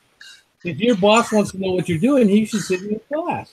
I think that if he did sit in my class, he would. You know what? All right. I'm not trying to toot my own horn, but let me just share something with you. When I first started working in the class that was my favorite class, that was where I did what I really love to do, which is sculpting and teaching people about anatomy and design and understanding, why a thing is the way that it is. We would get 30. We had 24 students per class, and we'd get a new batch of students every month. And the course would be like, somewhere between 30 and 60 to 90 students, and sometimes even 120 students a month. Anyway, each class I would sit with, I had the students for 4 hours. Each class I would sit with each student and I would look at their work. I'd work on their work. I'd show them the difference between what I wanted them to do and what they were doing. And then I'd say to them, review this for me. What do you mean review it for me? Tell me what I made work that isn't working on yours, and tell me you understand why I did the things that I did. And then they would have to go, they would explain it to me. I'd delete my work and leave them with theirs and some photographs, some screen grabs, and I'd say, now it's your turn. You try and do what I did. And I'd do this with every student. Yeah. Nobody else in the school at that time was doing this. I feel that if you're going to teaching, I would draw, I would give a talk, I would draw it on the board, and then I would try and sit down and show them in front of them, each one at a time, how to do it. I feel if you're going to teach, you need to be as engaging as possible. Yep. A lot of students aren't ready for that. They don't even realize what's happening. It's very intrusive to some people, which is one of the reasons I had some confrontations with students. Because it's like, listen, your work isn't precious, and I'm trying to teach you something. At the end of the day, you're going to throw this away. Well, because a lot of the college kids nowadays, they come out of high schools where all they're being taught is how to regurgitate things. Well, I was taught that way too. I went through high school in the 90s. The high school wasn't any good for me. I didn't learn hardly anything. I learned how to... I was really lucky that I was a straight B student, but I had to work at it. My parents were very involved for the most part in my learning. But the truth is that high school was a waste of my time. If they could have put me right into college at 15, I might have been better off, but I also probably wouldn't have been emotionally prepared for what I learned in college. Anyway, my point is that there's a lot of things we do wrong because people want to half-ass it. Right. And people don't want to take the effort, and people just want to punch a clock and collect their paycheck and go home. And that's not the kind of person I am. And I think that we do have great people out there that are making. By the time I was done teaching, I was making $34 for the year. I loved teaching. I hated the paycheck. I resented the fact that I couldn't save money for a car. I couldn't pay my student loans. I was living from paycheck to paycheck, but I loved the teaching. Speaking of teachers, there's Steven. How's your class go, Steven? Oh yeah, I'm done. Go home tomorrow. You making any progress on that tank? Yeah, I'm pretty much done with what I can do with it, and before I need to paint it. So. What are you talking about? That's armor. You can paint the whole. You can get the whole thing done, then paint it. Yeah, I know. Well, I like to leave the road wheels off and all that, and then paint it and slap it all together. I gotta watch Andy on that his hobby headquarters, and he's got it all put together, and he sprays everything. I know. I see that. I looked at those up close. That's one of the things I'm looking forward to with this build. Being a shipbuilder, I don't get to do that very often, but the Yamato literally had a solid color paint scheme. So I can paint the hull, put the deck on it, paint the superstructure, mount it. Good to go. What scale are you working in, Mick? What's that? What scale is it? 1 to 350. 1/350? Yep. I've got something I really want to show you. I don't know if I think it was your wife who was popping in, but check this out. This is one of the pieces I sculpted for Kirk that we're just releasing. Oh wow!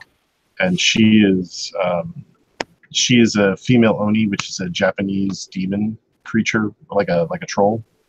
But everybody's getting excited about this. We just did the pre-release, and we're printing her out now. Actually, we've got her printed, but we're doing the molds and casts.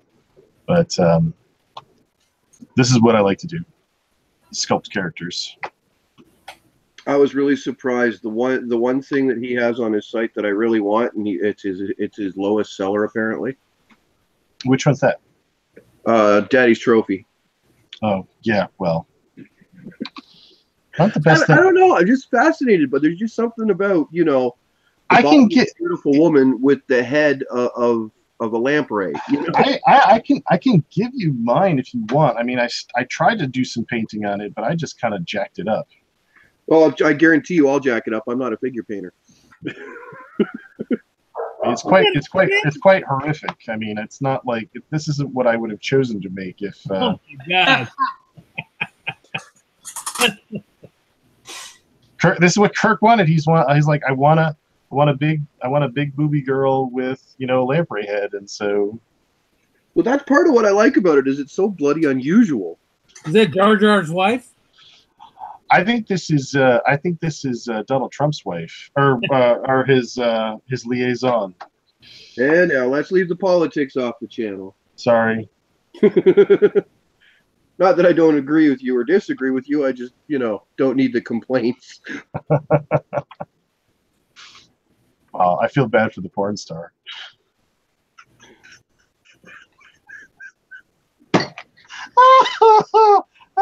I'm sorry.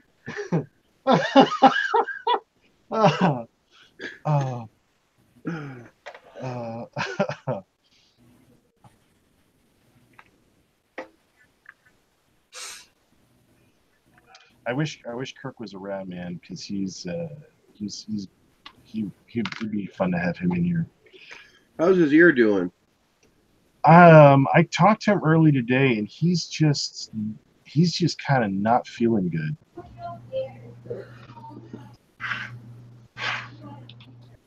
I think he's pushing himself to get work done through force of will, because he's had some good days and he's had some bad days. And we've got a bunch of stuff to do this week. In fact, I'm working on a piece that's 2 years old that I think I showed you guys last week. I shouldn't show it without his permission though. But I've been working on that today. Yeah, and we're live, so I'd be careful. Yeah, no. The only I can it's okay to show because we've done the pre-release and the content's coming out in April. So I got a friend. He's down in Vancouver, Washington. He owns Masterpiece Models, and he does a lot of resin casting. He's got a big old roto caster in his shop. And he complains about the recasters, especially the ones in Europe. Like, it's an ongoing nightmare. Because the truth is that we want to produce good stuff. And there are these people out there that think that it's acceptable to take and to steal from us, and it's very, very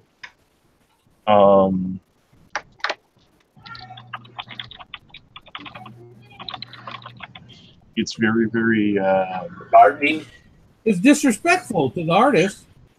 It is. It's not. But it's not just that. You're taking money out of our mouths. Right. You're not getting a quality product, which means that, you know, you're not getting the thing the way we intended it. You know, I'm gonna say right now, you know, working with Kirk, we produce a really nice cast. If some knucklehead, you know, goes and takes our product, takes it home, and makes a mold from it, you know, he's not only making a one-off, but he's making it at our quality levels, and then he's stealing from us on top of it. It's kind of like, I'm not a violent person, but he's the kind of person I want to take a shotgun full of rock salt and take it to his body parts, you know. Probably one in particular, right? I think I'd start with the pinky toe and go from there. Where's Gil tonight? He called it early. His back's hurting. Yeah.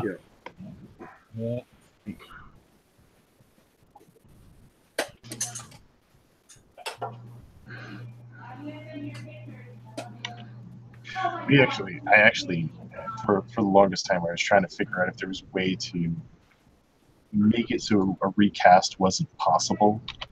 And it's just to make something complicated enough that a recast isn't possible is super difficult. And the only thing that you could really Not unless do, you engraved a serial number on them.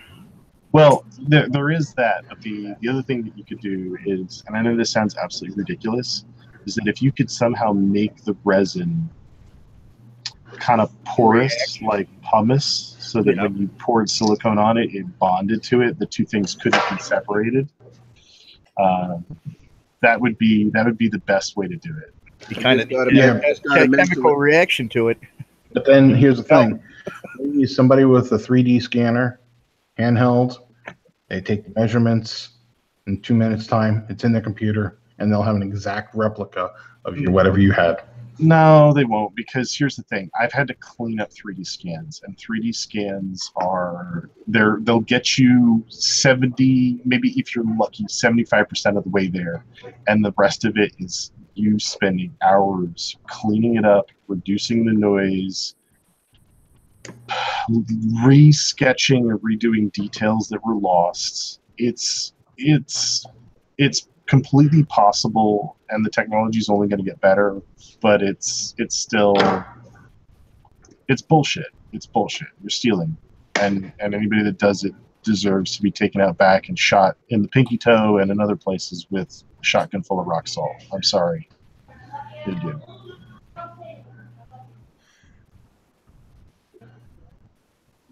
I guarantee you shoot somebody in the pinky toe with rock salt. That's You not shoot somebody in a pinky toe with rock salt, you know what's going to happen? They're going to come at you and break your freaking neck. No, they're not. They're not going to have a pinky toe. That's not actually the ideal place to shoot them with rock salt. I know from experience. Where is that? You fill the seat of their pants with rock salt, and they are going to remember you the rest of their lives. Yes. And I will never ever date that farmer's daughter again. Or his wife. Or his wife. Or his cousin. You just went through the whole family line, didn't you? Well, no, I stopped short of the livestock, but you know. Yeah, I was just gonna say. It's cold up here in Canada, man. What do you want? You're awesome. Hey? Oh, too funny. No, I remember my ex-wife had a talk with me about my daughter and said to me one day, says, you know, you can't stop her from chasing the boys, right? I said, no, but me and Sam Colt can sure as hell make sure they run faster than her. And she says, do you really think that'll stop them? I says, it worked for me. Oh, gosh. Worked for the rest of her boyfriends, too, because, you know, I always remember that girl as the one that always went to the dances alone. Oh, damn. Because, you know, once you fill someone's pants with rock salt, word gets round. And you don't ever want to experience that again. And suddenly the other guys don't want to date her either. I mean, there's always the one brave one that says, oh, I'm not afraid. I says, yeah, well, what happens if you're standing facing the other direction when he pulls the trigger? All of a sudden, now I'm afraid. You know? That's too funny, Mick. I don't care how tough a guy you are, you will cry like a bitch with a skin knee. I'm not brave. I don't need to be brave. Yeah, I was an aviator. We're not brave. You know what our motto was? Why walk when you can ride? Why fight when you can hide?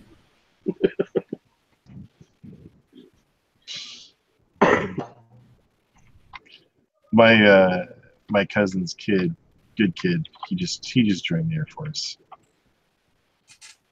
Well, I was in the Army. Oh. I flew helicopters, remember? Yeah. I was, you know, brain damage, just a little bit. Steve was in the Air Force. Really? Huh? 130 rolling down the strip. Airborne Ranger going to take a trip. Yeah, I worked on Titan 2s and C-130s. That's awesome. And they scrubbed all our jumps out of 130. All my jumps were out of 141. Oh, lucky you.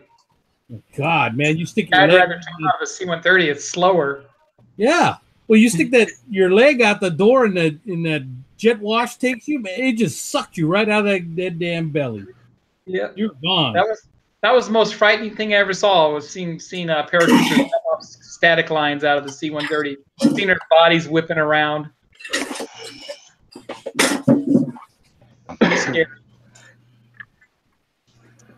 Well, people ask me, how can you jump out of a perfectly good airplane? And we kept saying, well, it was the Air Force National Guard flying them, so they weren't really, perfectly good. And they dropped us all in the trees. I mean, there's a huge DZ at Fort Benning, and they dropped us all in the trees. Well, because you made fun of them flying. Yeah. Actually, the Guard C-130s were probably in better shape than our active duty C-130s because they had all new stuff.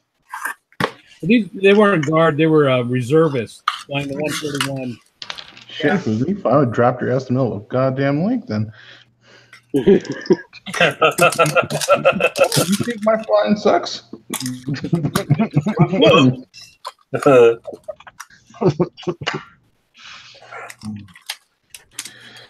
I always wanted to be a pilot. Never did it. See, I live in an Air Force town, and I've always been tempted to somehow get on base with a bunch of bumper stickers.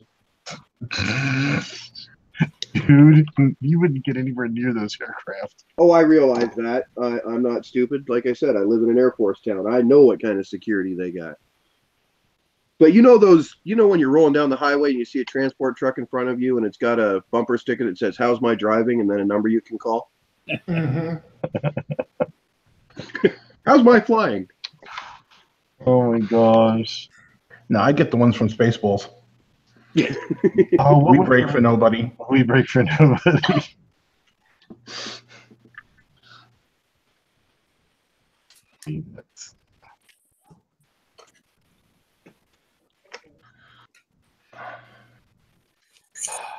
So Steve, how long a drive you got tomorrow?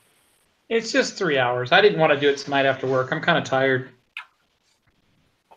But I got a lot of stuff to pack up in the morning anyway, all in my truck. I got a lot of shit here. Got a lot of model kits. You got a lot of stuff to hide from the wife, huh? Yeah, he's going to be in enough trouble for the stuff that arrived at the house while he was away.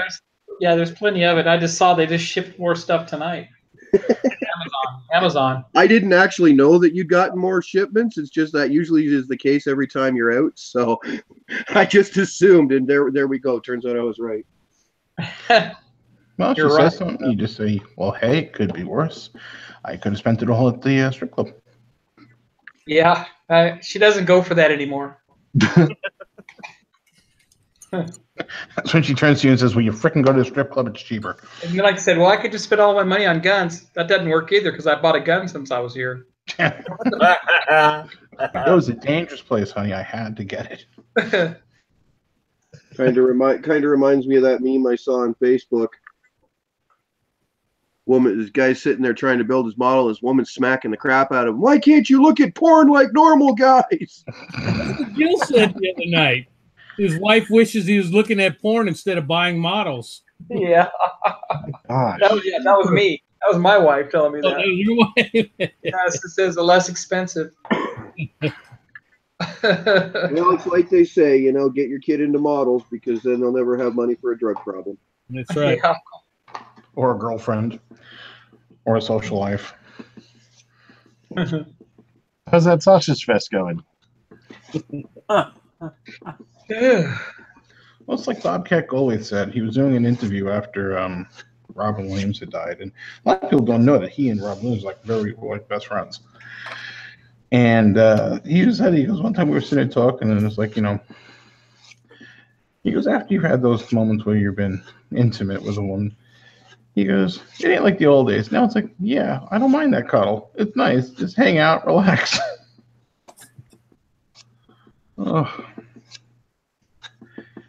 He's been actually Bobcat's been on the radio quite a bit lately. He's done a whole bunch of interviews for different projects that he's involved with. Apparently, he's up here in Boston. I kind of liked him as a guy when I was a young guy because he was doing what was it, Police Academy, what have you.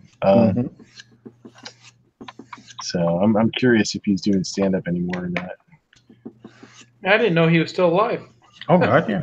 Yeah, I had heard a rumor years ago that he had died. Yeah. And it was only about 5 or 6 years ago that I found out that it was complete and utter bullshit. Yeah. He's perfectly alive. He does a lot of directing now, producing and directing. Yeah, he did. He's done a whole bunch of doing a lot of live stage performance directing, isn't he? Like Broadway type stuff. According to the radio, he was doing what do you call it? I thought it was documentaries. And he had done a documentary for his friend who had died that had got him into the business. And they just had interviewed him on NPR, and that's how I learned about that. That was like last weekend. I'm just picturing a Bobcat Goldthwait documentary now, and I keep getting the voice that he used to do for his stand-up comedy. Oh God, yeah. With him yelling. Here we see the lion. Get out! Hey, you know. Actually, you know what? I should probably look up his agent and send him a screenplay now with that. You know, like a script now. Say, no, please get him to do this.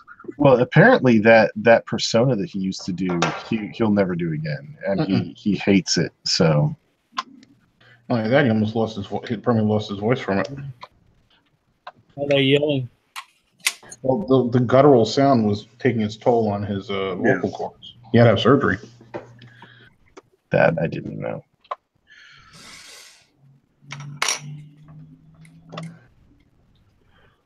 Well, I'm going to go to bed, guys. I usually get up early, so. And my wife's complaining I'm hanging out with a bunch of low-life modelers. And I said, who are you calling modelers? So you guys have a good night. You too, man. See you later. Good to see you. Bye, Steve. Bye-bye. If I can hang on. Low-life modelers. That's right. Well, okay, I'm not high right now, but I still have no life.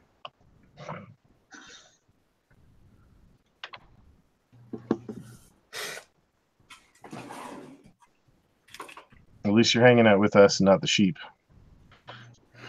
Rock salt, man. Put you off it every time.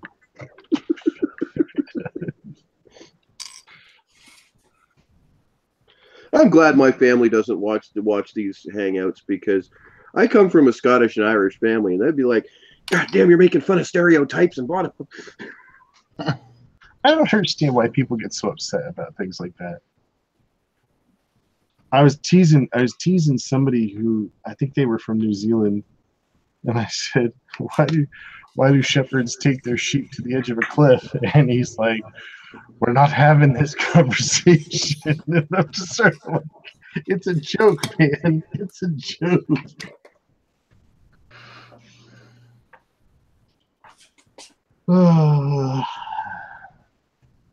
Man, I find that offensive. Now you're insulting my dad. I will always find that funny. Oh, I'm such a child.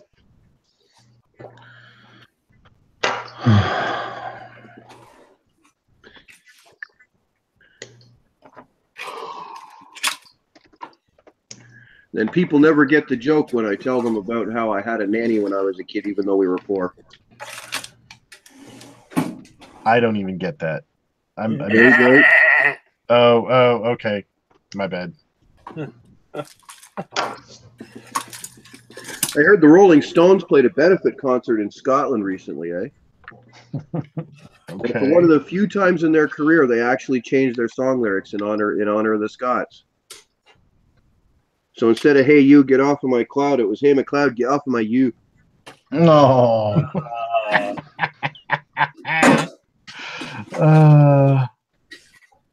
That's too funny.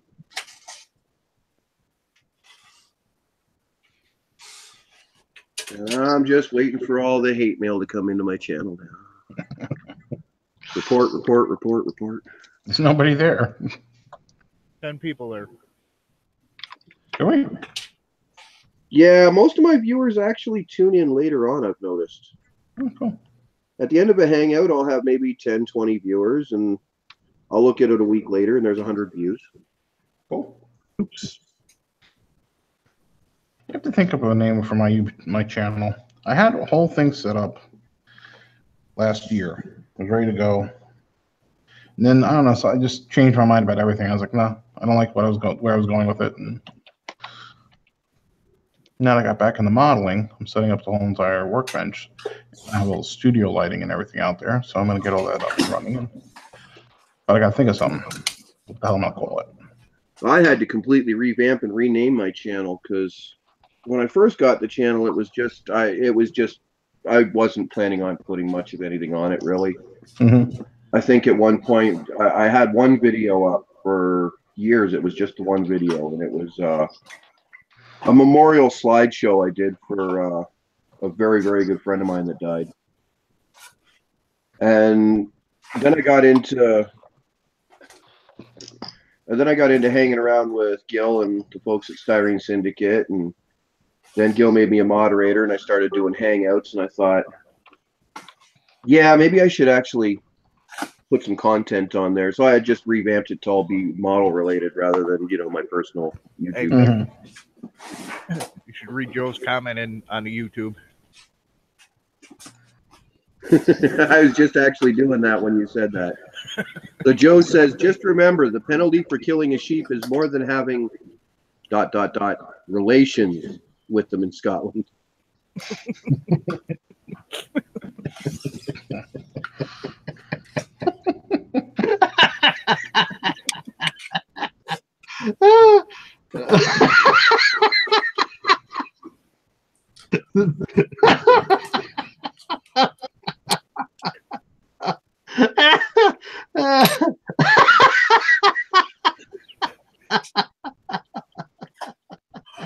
Breathe. I'm trying. Great, Joe. You're killing my hangout guest. Thank you. I so need it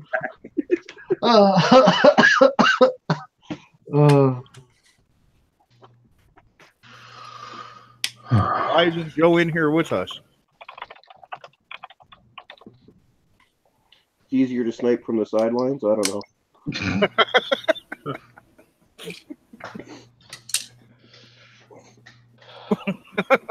A lot of times Joe doesn't come in until we're done with the live part. That explains a lot. He says that is why the Scots in the past claimed one over the other.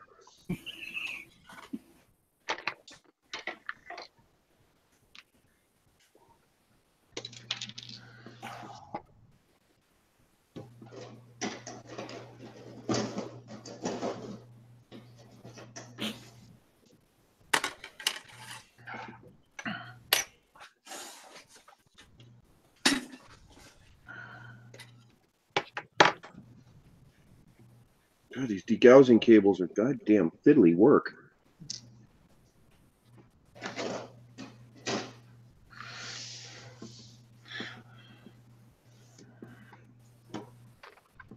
Easy to place, but you want to be careful what you're doing because they're so fragile. How many times you stabbed yourself with them? Not once, but I've had to straighten a few of them out. Good talking to? I was thinking about going there. Now you listen here. Someday.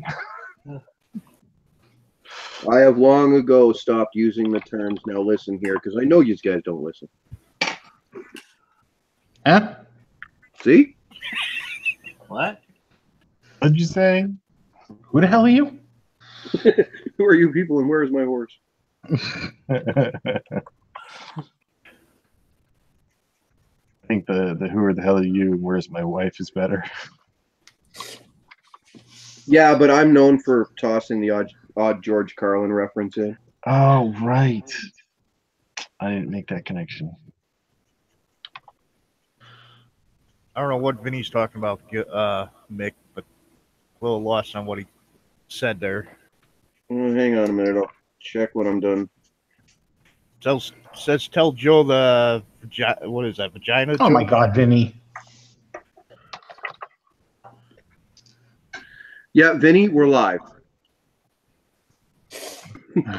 There are some things even I have limits with. Okay, now I have to know, but we can wait. Yeah, it'll wait until offline. Thank you. No, we're gonna berate him and then we'll say it anyway. Let's go for it.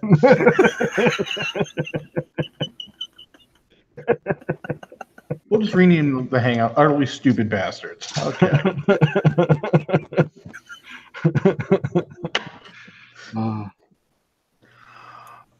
B1. This is why you notice Vinny almost never shows up when we're live. We had to have this discussion with him before. And then he says, oops. Like the guy didn't know we were live. He's watching us on YouTube, for crying out loud. And he didn't chime in a little while ago saying hi. Oh, he did when he came on the when he logged on to watch the live feed. If you scroll back up in the comments, it is there where he said hi coming in. Exactly. That's what I mean. Oh, okay. As if he didn't know when he said hi in the chat before. Oh, okay. I misunderstood what you said. I thought you were saying that he didn't say hi.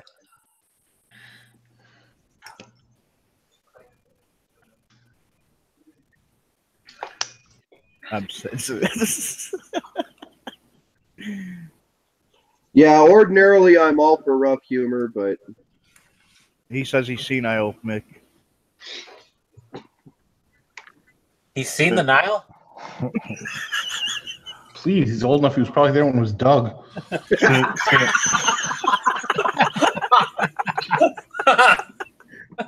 Sorry, I had to.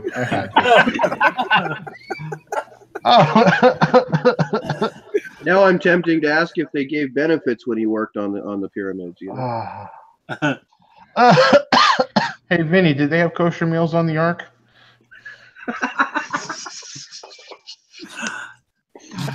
Not even in, and he's getting picked on.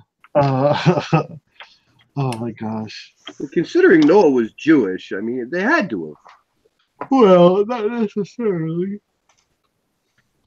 Hey, I'm sorry. If you're on a boat for 40 days and 40 nights and you're running out of food, I don't care who you are. That pig's starting to look good. He said yes. Oh, okay.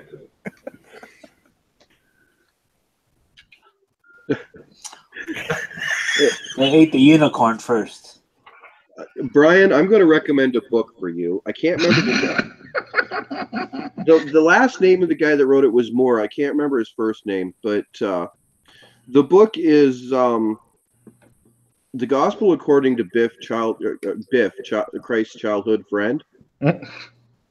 Biff? No, that's the tagline for the. God, it's been so long since I've read it. I can't remember the full title of the book now.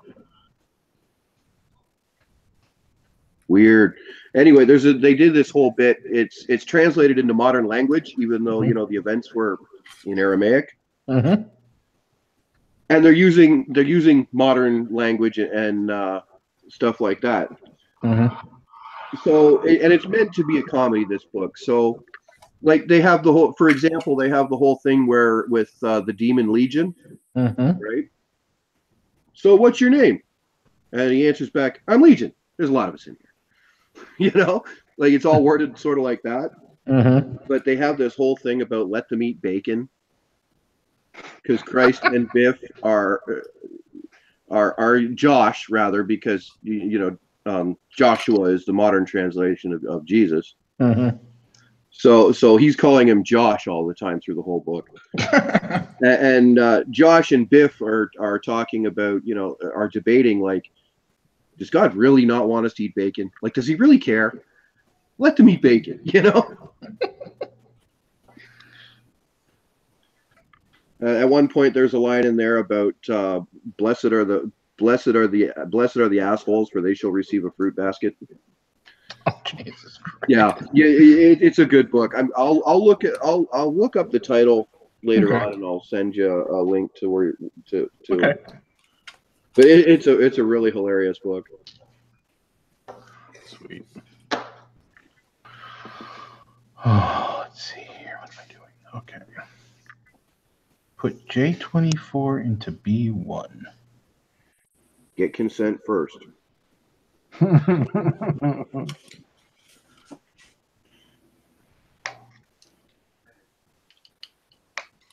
It don't fit. It says put it in there. It don't fit. You Mickey Mouse piece of shit. You need to add some lube. There you go. First to don't succeed, jam the damn thing in there. Okay. Next time, put a little glue on there. That's why he didn't get a second date. There we go. Okay.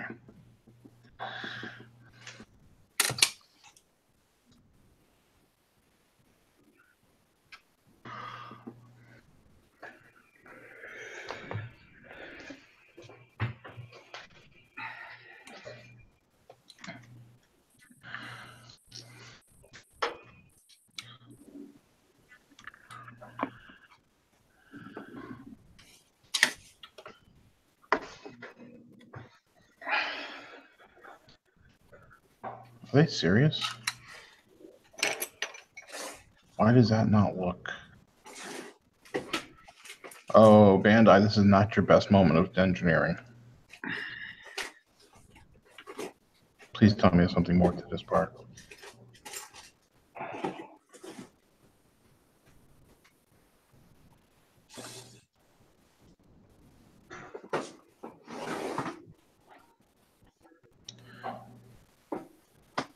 Yeah, that makes sense.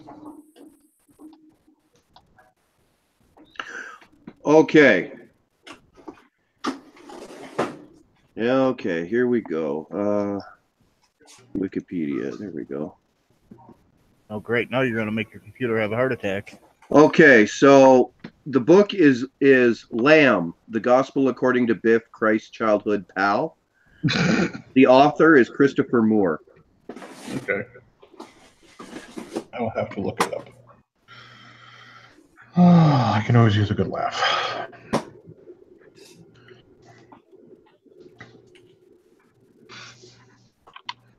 That reminds me of Robin Williams' skit. Later, Josh. Jerry, the brother of Christ. One day he's at the bar. Yeah. Later, Josh.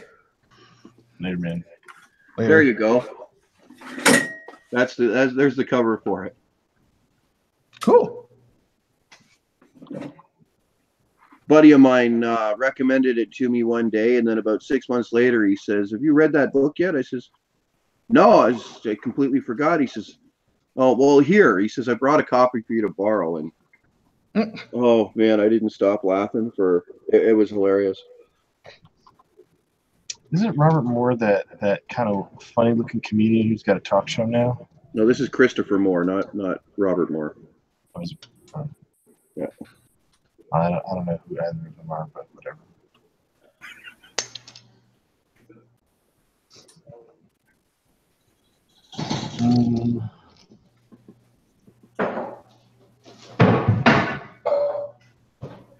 But I guess when in the book, when Biff first meets Josh, Josh is amusing his kid brother John. But in the book, John's a bit of a typical kid. He does things that you shouldn't do, like pulling the wings off flies and stuff like that. And he's got this, I can't remember whether it was a frog or a mouse or something. But John would smack it with a rock and kill it and hand it to his brother, and his brother would put it to his mouth and then hand it back to him, and it's alive again. So he's keeping them amused by awakening this creature so that he can keep going at it, you know? I don't even know what that's horrifying. We have to work on your dark sense of humor. I have a. You have none. That's I what we have to know. work on. I've never. You know what? My sense of humor is really jacked up. And it's more jacked up when you know about my past and my history because it's calling. Like one time at band camp. No. I'm the guy. You had to know I was going there. I didn't. I didn't. But here's the thing: is I'm the guy that if I want to be funny, I think I'm going to be funny by insulting you. But I don't just cross the line. I buy a fucking plane ticket. You don't cross the line. You stop and piss on it on your way over. I have to be very, very careful with the things that come out of my mouth. Point on the model. I always thought you could be more careful of the things going in your mouth. Unless you're Josh, then you know. Well, then you're getting force-fed, cock. So. Whoa, there was nothing in the book about that. Must have been between the lines you had to read. What version were you reading?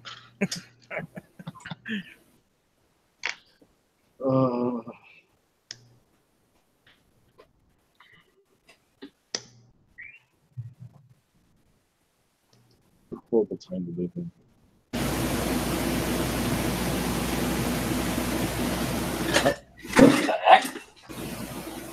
Oh, it's just Chris's mic. Sometimes it does that. Oh. Yeah, that's when the ghosts in his house come out. Start fucking with my mic settings.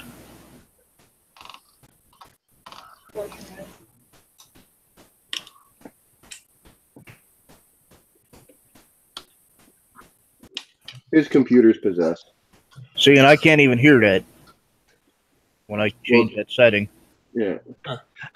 If I was a plastic surgeon, I would 100% put a squeaky toy in every breast implant. You like that, do you? You like? I should have tagged you because I kind of figured you'd like that one. Oh my god, that's awesome. Squeaky. I haven't told you about the rubber chicken sap yet. No.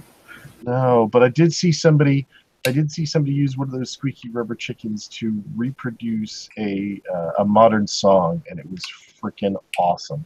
Oh, I use them to knock out neo-Nazis.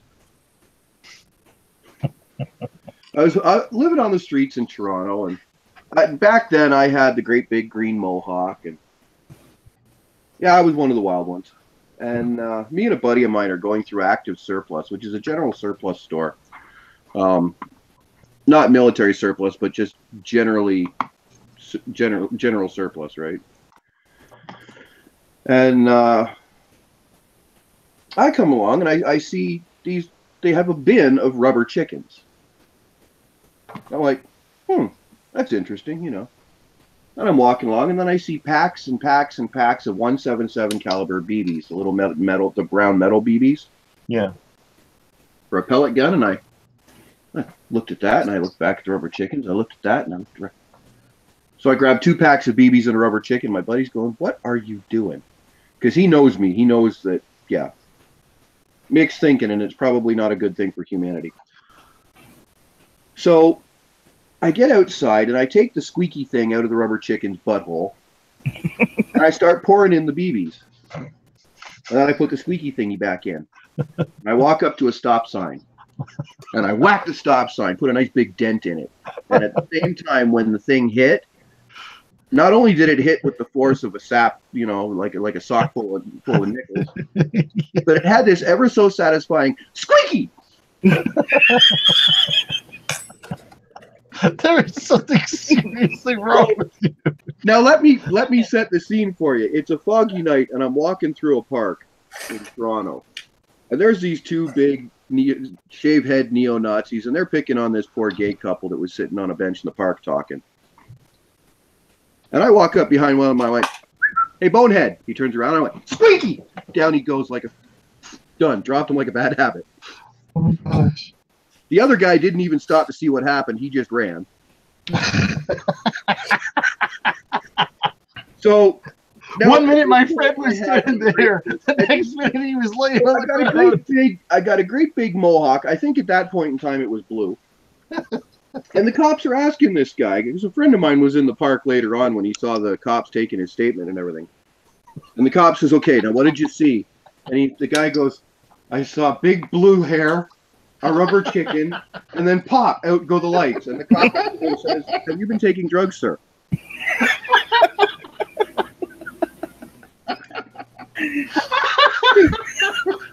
So for about 3-4 months in Toronto, every now and then you get some bonehead get sapped with a rubber chicken in a park by something that can only be described as big blue hair, rubber chicken, pop out with a light. So the cops are sitting there thinking, okay, either we've got a psychotic Muppet or this has to be a street punk. Right?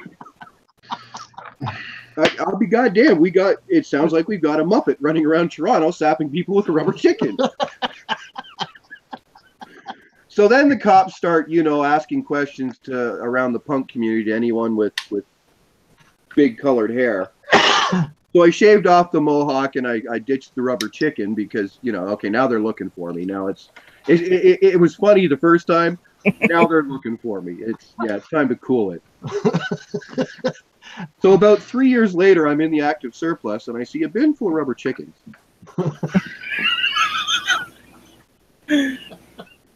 Yeah. And the sad part is, I swear to God, this is true. Then it started all over again, huh? There was maybe 4 people in town that knew who was doing this. I'm Rubber Chicken Man. One of them was the guy that was running the how every church group out there has an outreach program in big cities. Oh, yeah. Like the Salvation Army has the Sally Van, and the Catholic Church has their outreach program. Well, in downtown Toronto, there's an outreach program run by the Jewish community called Via Hafta. And their director was a very good friend of mine. He used to come down on the vans all the time and hand out stuff. And he was one of the few. He's sitting there one day. I come up to the Via Hafta van and I ask him. I says, it's summer, so I says, yeah, you got any lip balm and maybe some sunglasses and some socks, right? Because those are actually pretty useful things to have if you're homeless in the summer. Yeah. Mm-hmm. And he says, yeah, I do. So starts handing them to me, and he's digging out some sandwiches and stuff for me. And he says, so I heard there's somebody running around with a big mohawk sapping neo-Nazis. Of course, the guy's Jewish. He's got no love for neo-Nazis, right? And I says, yeah, I heard something about that. He says, yeah, I rather thought you might, and he hands me a $20 bill.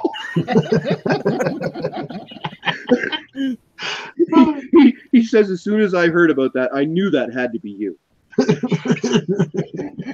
There's no one else out there that's that messed up. I knew it had to be you. I know you've had I know you've had some troubles in your life, but that has got to be the coolest story I have ever heard. Okay. Why you never made that into a comic book, I do not know. Yeah, dude, you'd be a billionaire. Dude, I'm Rubber Chicken Man. Honestly, though, you know what? This isn't the first time I've heard about great stories coming out of Toronto. I think that if Mick could make a comic about himself, but make it somebody else, like make the character somebody else, and go. Well, yeah, because statute of limitations hasn't run out on a few of the things, so yeah. Well, you just leave those for later episodes or later comics. You do the things that you can get away with putting into a comic. Man. I hated growing up where I grew up. I grew up in Newtown, Connecticut, which is about as far away from everything as you can possibly be, and close to it at the same time. Man, I never had any trouble. I never got to do anything interesting like that. Well, the thing about Toronto is Toronto's a city with a split personality. Kind of like See, the thing is, if you're a tourist Boston. and you're in Toronto, you're from somewhere else. Yeah. You see an entirely different side of the city than if you live in there. Yeah. And even if you live in it, where your social class is going to determine a lot of what you see. Like, you've got the people down on the very bottom end. Like, I was a street punk. I saw the shit nobody else saw, you know? And it kind of really, my years in Toronto really kind of shaped a lot of who I am in a lot of ways. Like, it's a beautiful city, don't get me wrong, but it does have its dark side. There's a lot more racism in Toronto than people would like you to believe, especially the tourism board. We have a Heritage Front office there. The Heritage Front does have a main office in Toronto, which kind of was part of why my particular vendetta was against neo-Nazis. Because, as has been discussed in between me and Brian in other hangouts, I'm a Goyan, but there are certain members of my family that are Jewish. And I feel it rather incumbent upon me as a Goyan to say, you know what? If someone's going to stand up to these people that are perpetrating hate crimes against Jews, why not a Goy? You know? Yeah. My people made the mess. Maybe someone in my people ought to help clean it up. So that's why I kind of tended to pick on them a lot when I was in Toronto. But I mean, there was the rubber chicken sap. There was the Argyle sock. Was it similar to the rubber chicken? Oh, it was almost exactly the same thing. And oddly enough, came from the same place, Active Surplus. Like, you have no idea how many people have been injured by just random crap I've bought in an Active Surplus. But a buddy of mine used to have like a white tube sock that he filled with a whole bunch of gravel, right? Yes. Well, I'm in Active Surplus one day, and they have giant marbles. Yep. Glass marbles. They're literally like 3.5, 4 inches around, right? Or like through the middle.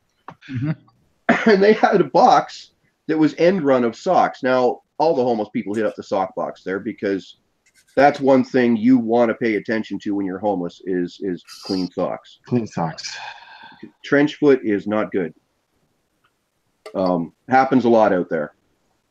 We have a version of trench foot in the homeless community that is so bad it's referred to as cookie foot because the flesh starts peeling off like raw cookie dough. Oh. So, yeah, socks are a big important thing out there. So I'm looking through this end run of socks, and I see this really, and I mean, when I say Argyle, I mean like fuchsia and purple and pink Argyle, like really bright, not your typical Scottish Argyle pattern, but really bright, hello, I'm over here colors, you know? Yeah. Japanese anime video. So I look at that and I'm like, yeah. You know, I gotta grab that.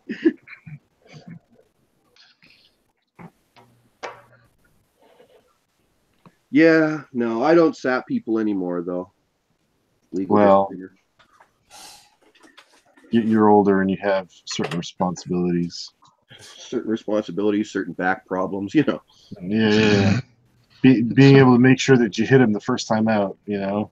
It's not for not wanting. So what I think I'm going to do is, since, you know, I'm getting too old to be doing that stuff anymore, I'm going to start a training camp. Mixed school of SAP self-defense. But no, honestly, the only reason I put the squeaky thing back in the hole is because I didn't want the BBs to fall out. And I didn't realize when I swung it that it would make that oh so satisfying squeaky sound when it hit something. Well, the best part about that it makes the absurdity of Exactly. the entire act, although the act is vicious, malicious, and intentful, it makes it so absurd that no one can believe that. Yeah. That plus the fact that, the cops find it very hard to arrest you if they can't stop laughing. That is true. You make us laugh. We have And more believe me, the cops hated those neo-Nazis just as much as I did. Yeah. The only difference is, you only take them to Cherry Beach so many times and give them a good phone booking before they start to investigate you. Yeah. Go on out. You want another taste? The other one I mentioned in an earlier hangout there, we were talking about one of the outreach groups that used to come down and give us sandwiches and stuff were the Jews for Jesus. Oh, Jesus group. Yeah, I mean, would you like some soup and a sandwich? Yeah, sure. And they'll give you literally a one of those paper bowls or styrofoam bowls that you get in a restaurant for takeout, full of kosher matzo soup, matzo ball soup, with a matzo wafer, and a ham and cheese sandwich. Trave. And I'm looking at him like, really? They says, well, not everyone we service eats kosher, and some of the people we service do eat kosher. So we didn't figure you minded, so we just give you one of each. Yeah. I'm gonna tell you right now. I have been hungry. I'm not going to say that I've been homeless hungry, but I've been hungry. You put certain things in front of me that I normally wouldn't eat, and if I'm hungry, I'm eating it. I do not enjoy being hungry. That's one of the many things that I find very hard to get along with. Dude, I once fought a sewer rat over a sandwich. Wow. We used to sleep at Nathan Phillips Square in Toronto, and that whole area is large concrete slabs that are held up off the ground by a framework underneath. And there's gaps in between the concrete, like about that. So if you ever go and visit Toronto, don't ever drop anything small at Nathan Phillips Square, because if it rolls into a crack, it's gone. I'm laying there in my sleeping bag one night, and I hear something, and I look over just in time to see the sandwich that I was saving for morning disappearing down the crack. Oh, no. And I grabbed that thing. What the hell you do, you little bastard? There is somewhere under Bathurst Bridge in Toronto, there is a rat with a very, very blue nest. Another good tip if you ever find yourself homeless, wear a hat while you're sleeping. How come? Because a sewer rat will make off with your hair. While you are asleep, they will take bits of your hair to go and line their dens with it, right? Yeah. Because, it's 40 below in the winter and it's goddamn cold. So I'm laying in this little shanty that me and a buddy of mine built under a bridge. And I wake up one night and I feel tug. And I just reach up and went, bam! And I look at it and it's a sewer rat the size of a chihuahua. And my first response, Jesus! And I throw the damn thing, right? So this sewer rat is screaming through the air with a tuft of blue hair sticking out of its face. And I got to the mirror at the public washroom the next day and realized that my mohawk now had a big dent in the back. Oh, no. He'd been at it a while before he tugged hard enough to wake me up. You would not believe the laughter that ensues when someone says, dude, what happened to your mohawk? Rat got it. You dumbass. How many times you've got to be told to sleep with your hat on? You're lucky it wasn't a New York City rat. It would have taken your head off. I saw one of those one time. Oh, my God. The thing was the size of a dog. And I'm talking like a Rottweiler. It was just freaking huge. I'll tell you, the ones you see down by the brewery, holy jeez, they get big down there. And mean and drunk. Well, no, because they when they're done with a fermenting, right? Yeah. Unless they've got a contract with some place that makes Vegemite, which we don't do in Canada. Even Marmites from Britain, we don't make that stuff. Some of us eat it. Some of us think those people are insane. But it's made with the leftover slag from a brewing, right? Yeah. And it's supposed to be mineral rich, but it just sounds like it's actually a very nutritious food source. It's just, tastes like ass. It tastes like the north end of a southbound moose 3 days after it's been hit by a truck. Oh yeah. And fucking rancid. So oops, sorry. The rats get into that. The rats get into that stuff because the rats don't care what it tastes like. They know it's nutritious. Right. So you get a bunch of very fat, very big, burly rats, and unfortunately, when they get into it, there's still some alcohol content to it. So I'm not kidding, man. They're drunk. So they get belligerent and they get fed. Oh, dude, they smack their wife around and end up on Jerry Springer, man. I'm telling you. And then you got to figure also, they got teeth that can cut through steel cable. Yeah. I don't ever want to be homeless. I don't recommend it. It's not something I recommend to people. I have to tell you that. It'll definitely teach you a lot about yourself. It'll teach you a lot about yourself. It'll teach you a lot about life. You know, I got to tell you, some of the most brilliant artists I've ever known, some of the most amazingly intelligent thinkers I have known have been homeless people. Because homeless is not something that happens just to stupid people. Sometimes the bottom just falls out of your life and you find yourself in a situation where you got no choice. I mean, a lot of these people are, especially the younger ones, I feel bad for, because it's not drugs that put kids on the street. It's the street that put kids on drugs. Most of these kids are fleeing from abuse in the home, things like that, right? But I have seen some of the flower of humanity, everything good about humanity, rotting away, going to waste on the streets. I'm not a liberal. I'm not a conservative. I'm not a Democrat, not a Republican. I don't want to be painted with those brushes. But there are some things,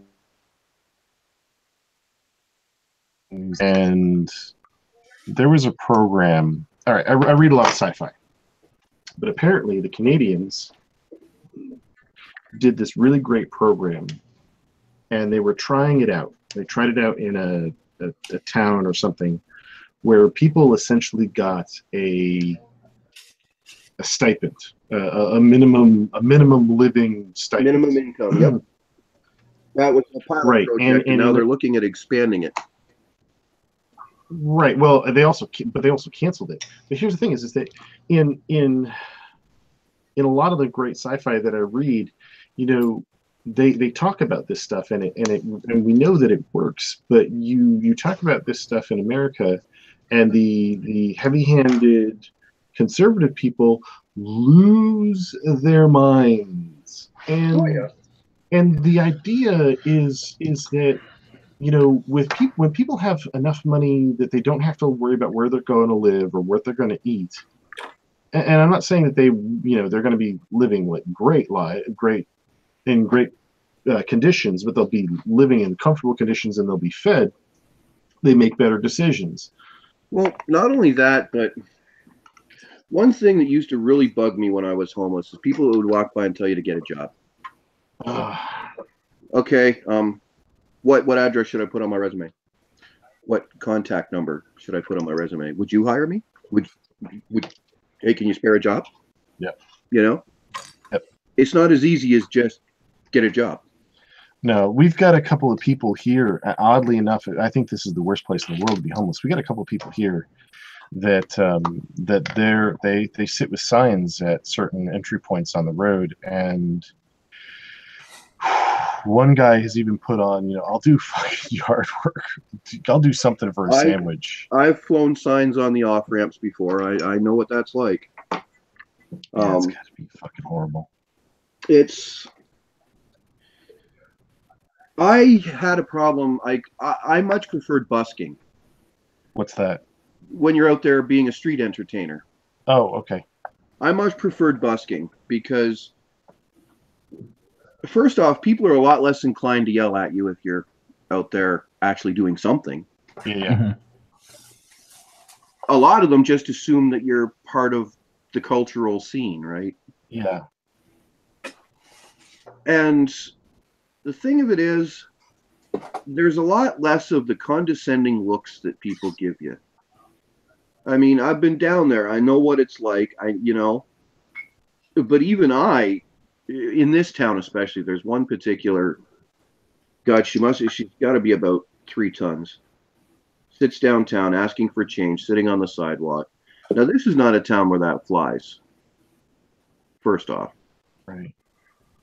And I keep saying, wouldn't a different town be like? I'm not trying to move you along because I've been down there. I know, but wouldn't a different town be better for that? Like, really? Sitting there spanging change in Trenton of all places, and then she starts telling me about, well, I'm just trying to get through until my check comes in. I says, how long have you been waiting for your check? She says, oh, no, I get one every month. Get the hell off this corner. Get the hell off this corner. I'm sorry. I'm on disability. I know what it's like. But I got a kid and a wife, and I'm just barely getting by. But I'm doing it without having to go pan. Right. I've had to pan before. I've been that desperate for survival. You're not desperate for survival. You're looking for money for munchies and crap, Or another one is now, and last time I was in Toronto, all the squeegee kids I saw weren't homeless. They're suburban kids. Mommy won't give them $50 so they can go buy pot and pizza, so they'll go take up a spot that a homeless guy could be using.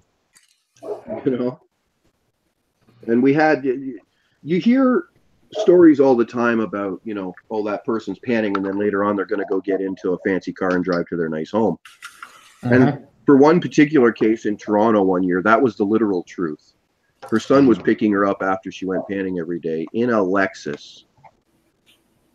Right? Why? I mean, how much money could that person be making? Well, not only that, you'd be surprised. I mean, you can make on a very busy street, if you really push it, you can make $100 to a couple $100 a day. But all right, in New London, there's a woman that's in a that sits in a wheelchair and goes up and down the street asking for money. And the truth is, I never ever carried cash, but I'm living from job to job. I'm not making any money. And every time she asks me, I'm like, I'm sorry, I don't carry cash, because I don't. But it's like, you know what? Here's an experiment to try. And I've seen this done. Say, I'm sorry, all I have is my card, but would you like something to eat? I can buy you something to eat. Right. And that one works, especially if they're saying, can you spare some change? I haven't eaten in a while. Yeah. Well, I don't have any change, but would you like something to eat? There's a restaurant over there I can get you a burger. Right. Watch their reaction. You'll get one of two things. You'll either get, oh God, yes, thank you. Okay, great. That's the kind of person that it's okay to kick down to, because that, no, really, they're actually hungry. But if they go, oh, no, thanks, and then come up with an excuse and blah, blah, blah, yeah, you were looking for drug money. Yeah.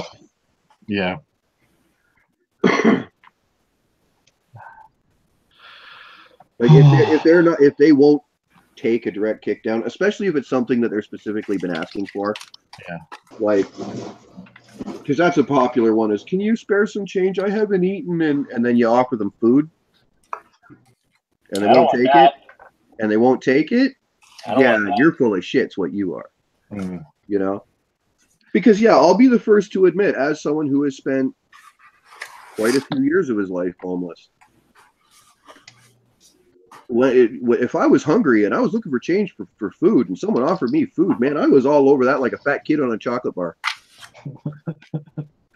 Like, I have such a hard time because the personality that I have a hard time saying no to certain things. Yeah. So I cannot, as much as I would like to be a good person and save the world or at least help somebody out, I also know that if I engage, they're going to ask for more, because that's what's happened to me when I lived in Florida. And it's just like, it's hard for me to say I can't or no. And then next thing I know, I'm like, fuck. Yeah. And here's the thing. I've seen both sides of it. I've seen the people that, yeah, they really were just looking for something to eat, you know? Yeah. Or maybe $10 so they can, because it's Toronto in the middle of winter, and for $10 you can get 12 hours at the internet cafe. You got a nice warm chair. You can even check your internet messages. They didn't care if you fell asleep in the chair. Yep. They'd come and wake you at 9 o'clock in the morning when your 12 hours was up. And that is actually a really useful tip to keep warm in the winter in Toronto, because let's face it, we're known for cold weather up here. Yeah, it's one of those things, man. It's not a place you want to be homeless, because yeah, you'll freeze to death if you're not creative, you know. I mean, you see them all the time downtown Toronto in the winter. Guys walking around wearing dirty coveralls, and they look like they've got about 2,000 pounds on them. And you look at their face and their hands, and you realize, no, this is a skinny guy in an oversized pair of coveralls stuffed with newspaper to keep warm. You know? Yeah. You have to be creative, particularly in a colder climate place when you're homeless. You really have to be creative. A lot of your survival is going to depend on what ideas you come up with, or how much you pay attention to the old guys that have been out there for years. I gotta tell you, it's I gotta take a break. I gotta grab something to eat. But I want to say thank you for sharing the stories with us. But I just, it's so horrifying, man. It's like it really is. You know what? It is what it is, man. Life does that, and we can't all be millionaires. It's I don't honestly. A lot of it was good times, to be honest. A lot of it was a lot of fun. Don't kid yourself. There's a camaraderie to be found out there. There is another side of humanity, and not just a negative side either. There is a lighter side to that situation. And honestly, it's made me who I am. And I'm very grateful for that. You know, to be honest, I'm very grateful that I had that time to have those experiences and to see the things that I've seen. Not all of it was pleasant, I'll admit. Some of it was downright horrifying, but in the end, it's all part of the human experience. I guess I've had a very different experience, and it's very scary to me. Well, it's pretty scary to me, especially at this stage in life. I couldn't do it now if my situation suddenly, if the bottom fell out of my situation, I'd have to go to some sort of an agency or something for help, because I couldn't do it again. I'm getting too old for that crap. But at the same time, I found a lot of it was really just, you know, you take things in stride, and it's all part of the human condition, man. Anyway, I got someone knocking my door. I'll be right back, guys. Okay. All right.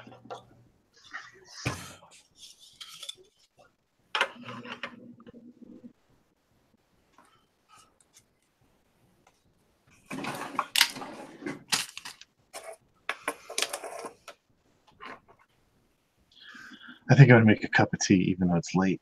I'll be back, guys. Okay.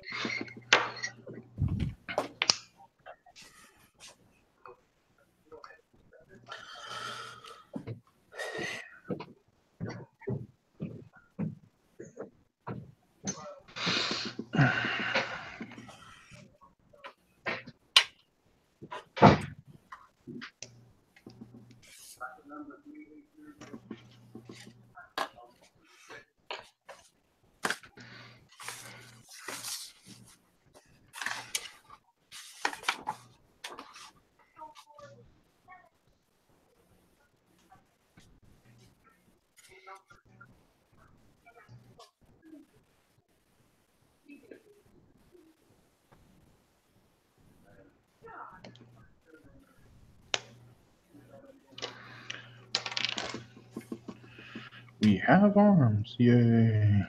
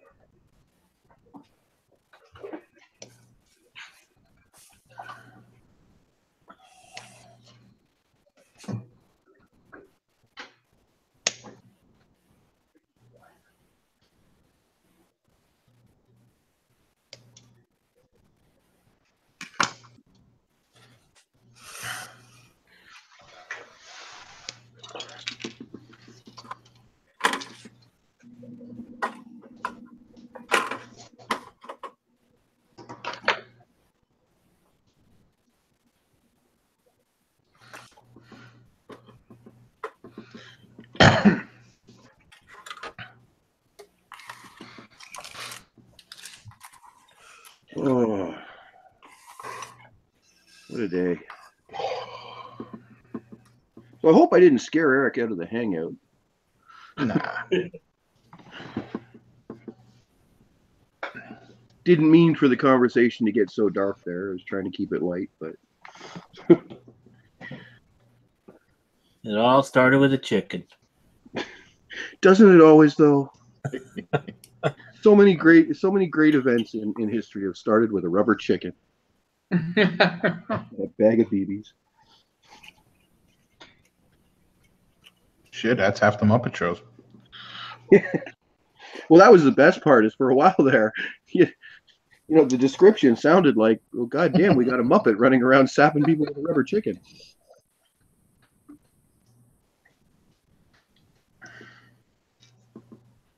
But the only way it could have been any better was if I came out dressed like Monty Python. No one expects the Spanish Inquisition. Squeaky! You know? Like. Oh.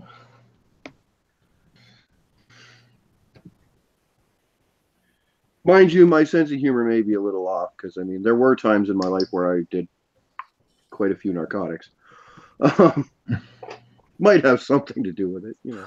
Just a wee bit. I'm an interesting guy, but it's chemically induced.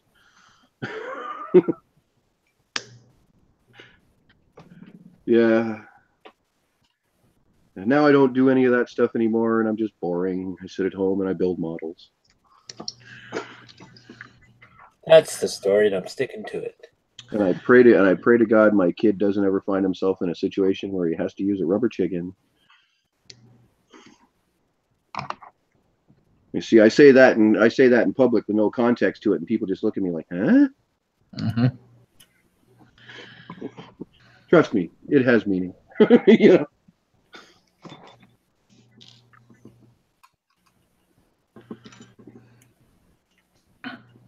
But yeah, I figure, you know, in life you gotta laugh or cry. I've spent far too many years crying as it is, so I decided long ago that the best thing to do is just find the humor in any situation.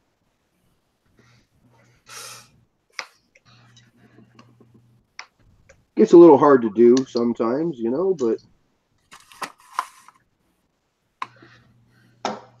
I'll tell you this much, I'm great fun at PTA meetings.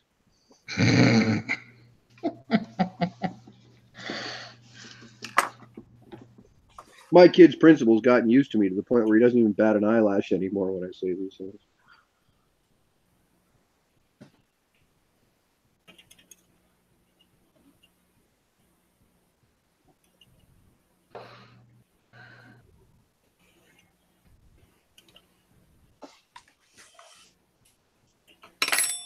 My oldest, man, her principal was afraid of me. Because that was back when I was still, you know, young and wild and crazy. Mm-hmm. He'd never seen a father quite like me before.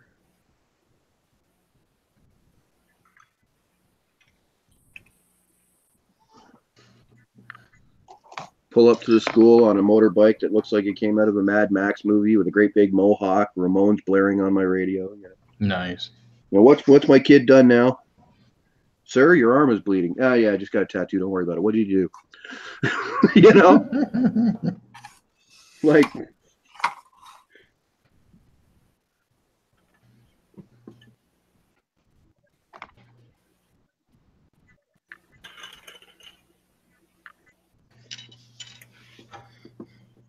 nowadays, if I want to get that same reaction out of a principal, I need to use the word lawyer.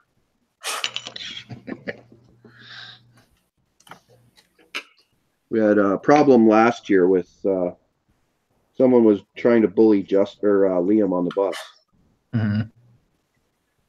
And I called the school and I says, yeah, I wanted to discuss something with you. He says, what's that? I says, we have a bully situation on the bus. And he instantly started that, oh, well, you know, boys will be boys. And blah, blah. I says, no. I says, we have a bully situation on the bus and it needs to get dealt with. Oh, well, you know, this, that, the other. I says, okay, I'll call my lawyer and I'll have him call you and then we'll see what the story is. Oh, well, there's no need for that. Well, yeah, problem got solved like that as soon as I said the word lawyer.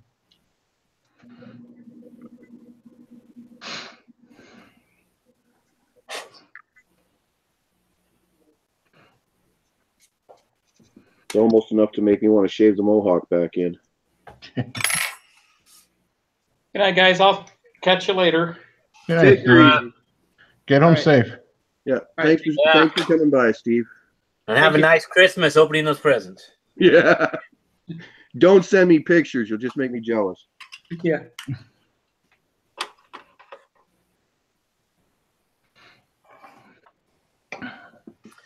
Well, I'm going to call it a night too, guys.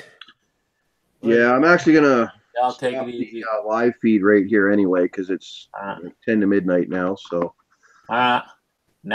I'd like to thank you all for tuning in to the Tiny Admirals hangout for Styrene Syndicate and RedDragon Modelwerks, and we hope to see you all again real soon. Cheers, folks.